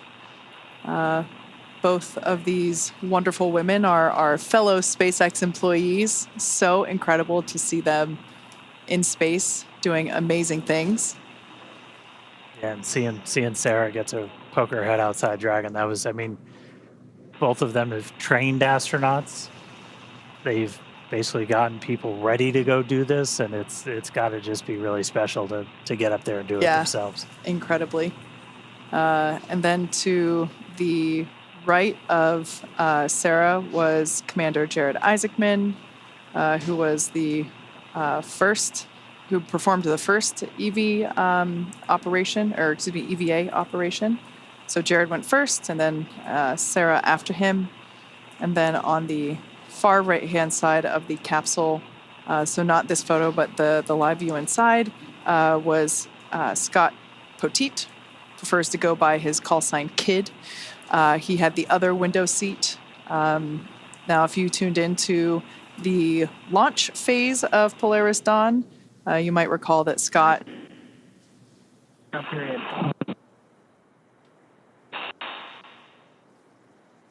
3 psi. Cabin pressure is 13.3.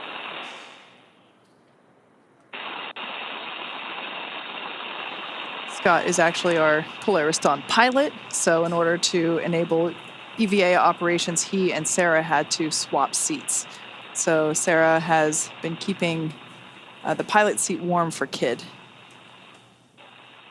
Yeah, and like we talked about, we only saw Jared and Sarah actually get up and go outside, but all 4 of these crew members did a spacewalk today. All 4 were exposed to the vacuum of space. This is the first time that's ever happened in human history, having 4 people all at the same time. Yep. We saw Jared and Sarah go out and do those mobility tests. Anna and Kid, one of their kind of main roles was being the eyes back inside. Very similar if you've ever watched a space station spacewalk, where you'll have people inside who are able to kind of call out or fly a robotic arm or something. They're just a really important part of the team to make all of this work. Like, no spacewalk doesn't happen in a vacuum. It happens in a vacuum, but like you're never doing it solo. And so they were largely making sure that umbilicals didn't get hung up and keeping eyes on seals and stuff like that for the crew. So also keeping an eye on the umbilicals in case if it got wrapped around their foot, and just really acting as the assistant coach while the EVAs were underway. Right, we're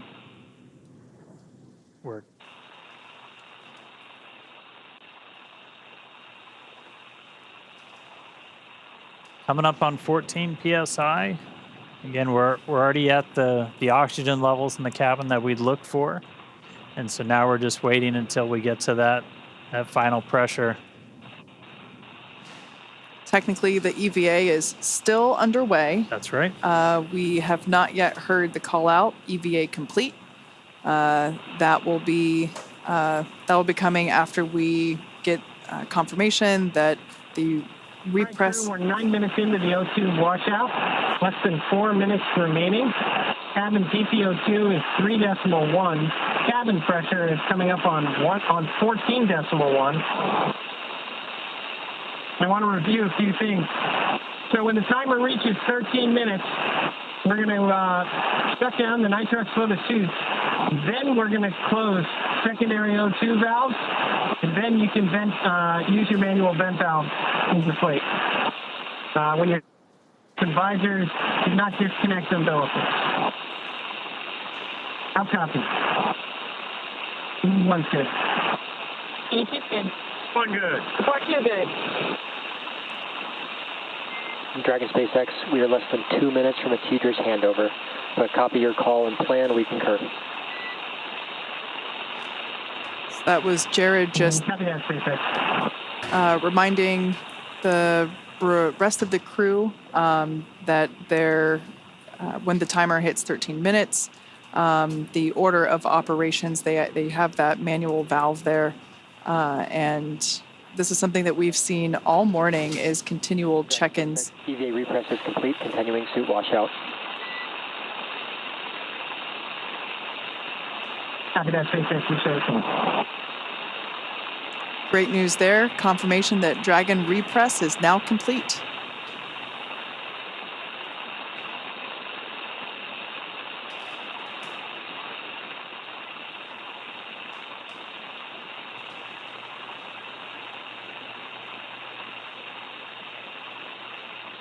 So right now we're just waiting for that final, we call it the O2 washout. So again, we've been using nitrox instead of the pure oxygen into those suits.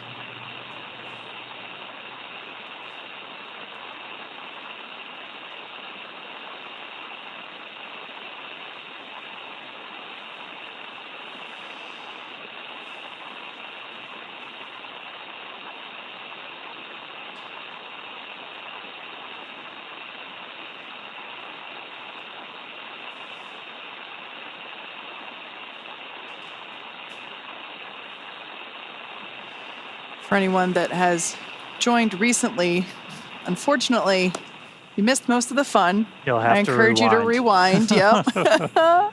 Go back about an hour.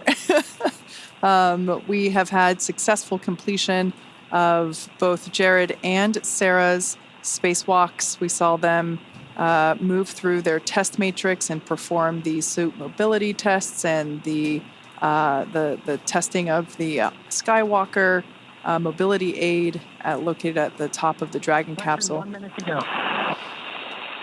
They moved through it quite quickly, really quite in the blink of an eye. And we've closed the forward hatch. We have repressurized the Dragon capsule, and we're now standing by for really the final operations of the morning.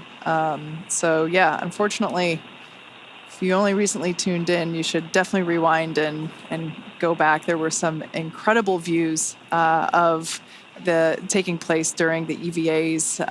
The crowd that we had in front of Mission Control here in Hawthorne was almost on cue. We're certainly excited, as were we, to see the views of Jared and Sarah emerging from the top of Dragon Resilience. It's been quite a morning, and I can't believe it's already almost 5 a.m. Pacific. We had the... There it is. Arming, disconnecting nitroxin 2.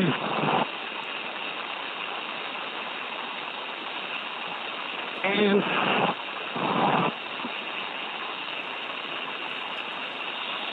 One in yet? Yep, please.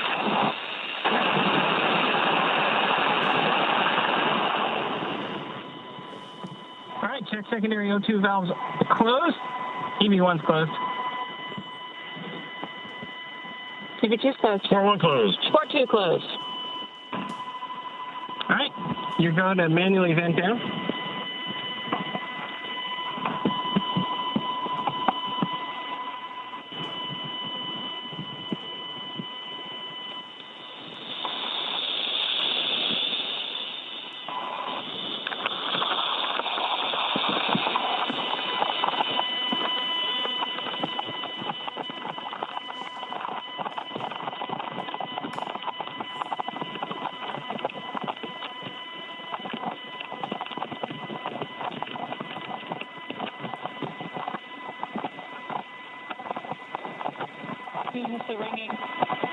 Checkbox. Yeah, it's everybody.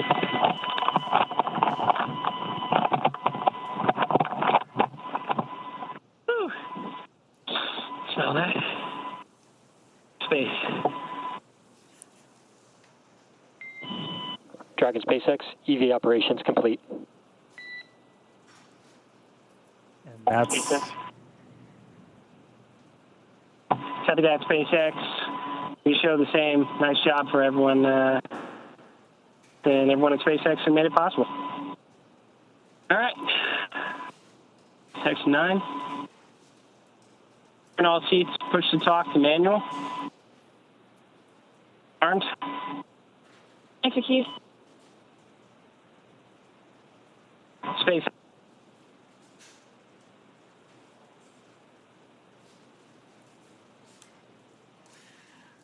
Wow. If you're just joining us, we just heard the call out that EVA operations are complete, which marks the completion. EV1, comm check on manual push to talk. Manual push to talk, loud and clear. All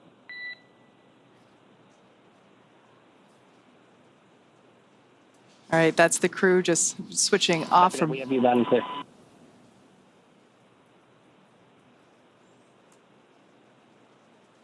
Just switching off from Vox and back on to the push to talk. That silence, really, that's it. That was the first ever commercial spacewalk. We started at 3:12 a.m. Pacific time, which puts us at 1 hour and 46 minutes. The 4 astronauts on board Dragon Resilience performed a suited pre-breathe process to acclimate their bodies for the reduced pressure. After that, the cabin was vented and the hatch door was opened. And Mission Commander Jared Isaacman, he was the first to exit the spacecraft. He got out there. We saw him right as we were starting to get into that orbital sunset. He was able to complete all of his tasks before he ingressed, got back inside a Dragon. We did that quick attitude adjustment, and then it was SpaceX's own Sarah Gillis, the second to exit the spacecraft. do her task for the EVA. Jared and Sarah got back inside. Everybody's reporting back healthy. We had a pretty smooth and nominal repress. Our mission pilot, Scott Kidd Poteet, and our mission specialist and medical officer, Anna Menon, have been supporting the spacewalk throughout from inside. They went through the same pre-breathe, the same depress process as Jared and Sarah. They did a spacewalk too today, and everybody's reporting back healthy. And just, I'll say it again because all the stat heads out there, I know you guys are tracking, our official start time was 3:12 a.m. Pacific, and our official end was at 4:58 a.m. Pacific. That was 1 hour and 46 minutes of spacewalking time. Next, the crew's going to prepare for post-EVA operations. This is powering down everything on their suit. These were only needed, obviously, while they were in there. They're going to be able to get out of their suits next and kind of start moving around the cabin. They turn the Vox off, so we're not hearing kind of like the constant back and forth anymore. But wow. Yeah. Really cool to see him back inside, EVA complete. And it's, the work isn't completely done yet. They'll also have to perform some comms checks along with some additional tasks before their seats are rotated back into their pre-EVA position. And all in all, wow, just an incredible view. We've said it already a couple of times before if you're just joining. Dragon SpaceX will be with you when you're ready in 9.3. Cabin atmosphere is looking pretty good right now, very stable.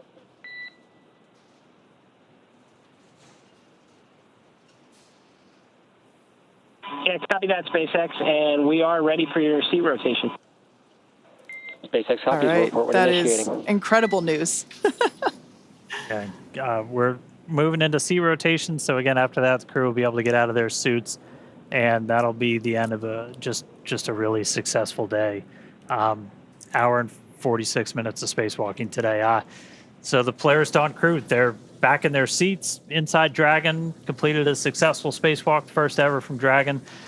A massive congratulations to the crew, all the teams at SpaceX who made this possible. Spacewalks are hard, and this was an incredible amount of work over years to get ready. Special thanks to Mike Hopper for being here with us today, sharing some great insights. Always good to have somebody who's done the thing to help you explain what's happening. That was awesome. Not only having done EVAs himself, but also he's a Dragon rider. He commanded the Crew 1 mission. So it was great to have him. Now, Polaris Dawn is the first mission in the Polaris program that will demonstrate new technologies, conduct extensive research, and ultimately culminate in a flight of SpaceX's Starship with humans on board. All of this while continuing to raise funds and awareness for important causes here on Earth. Now, you can learn more about the program at polarisprogram.com. This has been an incredible mission. On day 2, Dragon went to its high apogee point, the highest point in its orbit, more than 1,400 kilometers. That's higher than any Dragon mission to date. This is the farthest from Earth anybody has been since Apollo, and in over 50 years, since 1972. And then today, the crew, first civilians to perform an EVA in space, first one in Dragon. Yeah, and the crew also the first to test Starlink laser-based communications in space. Excuse me, I got too excited. And of course, we'll also be back to bring you live coverage of Splashdown, which we are hoping to have in a couple of days, obviously weather dependent. But you can stay on top of all of the SpaceX updates by following us on X. Thank you for watching, and we'll see you back here real soon.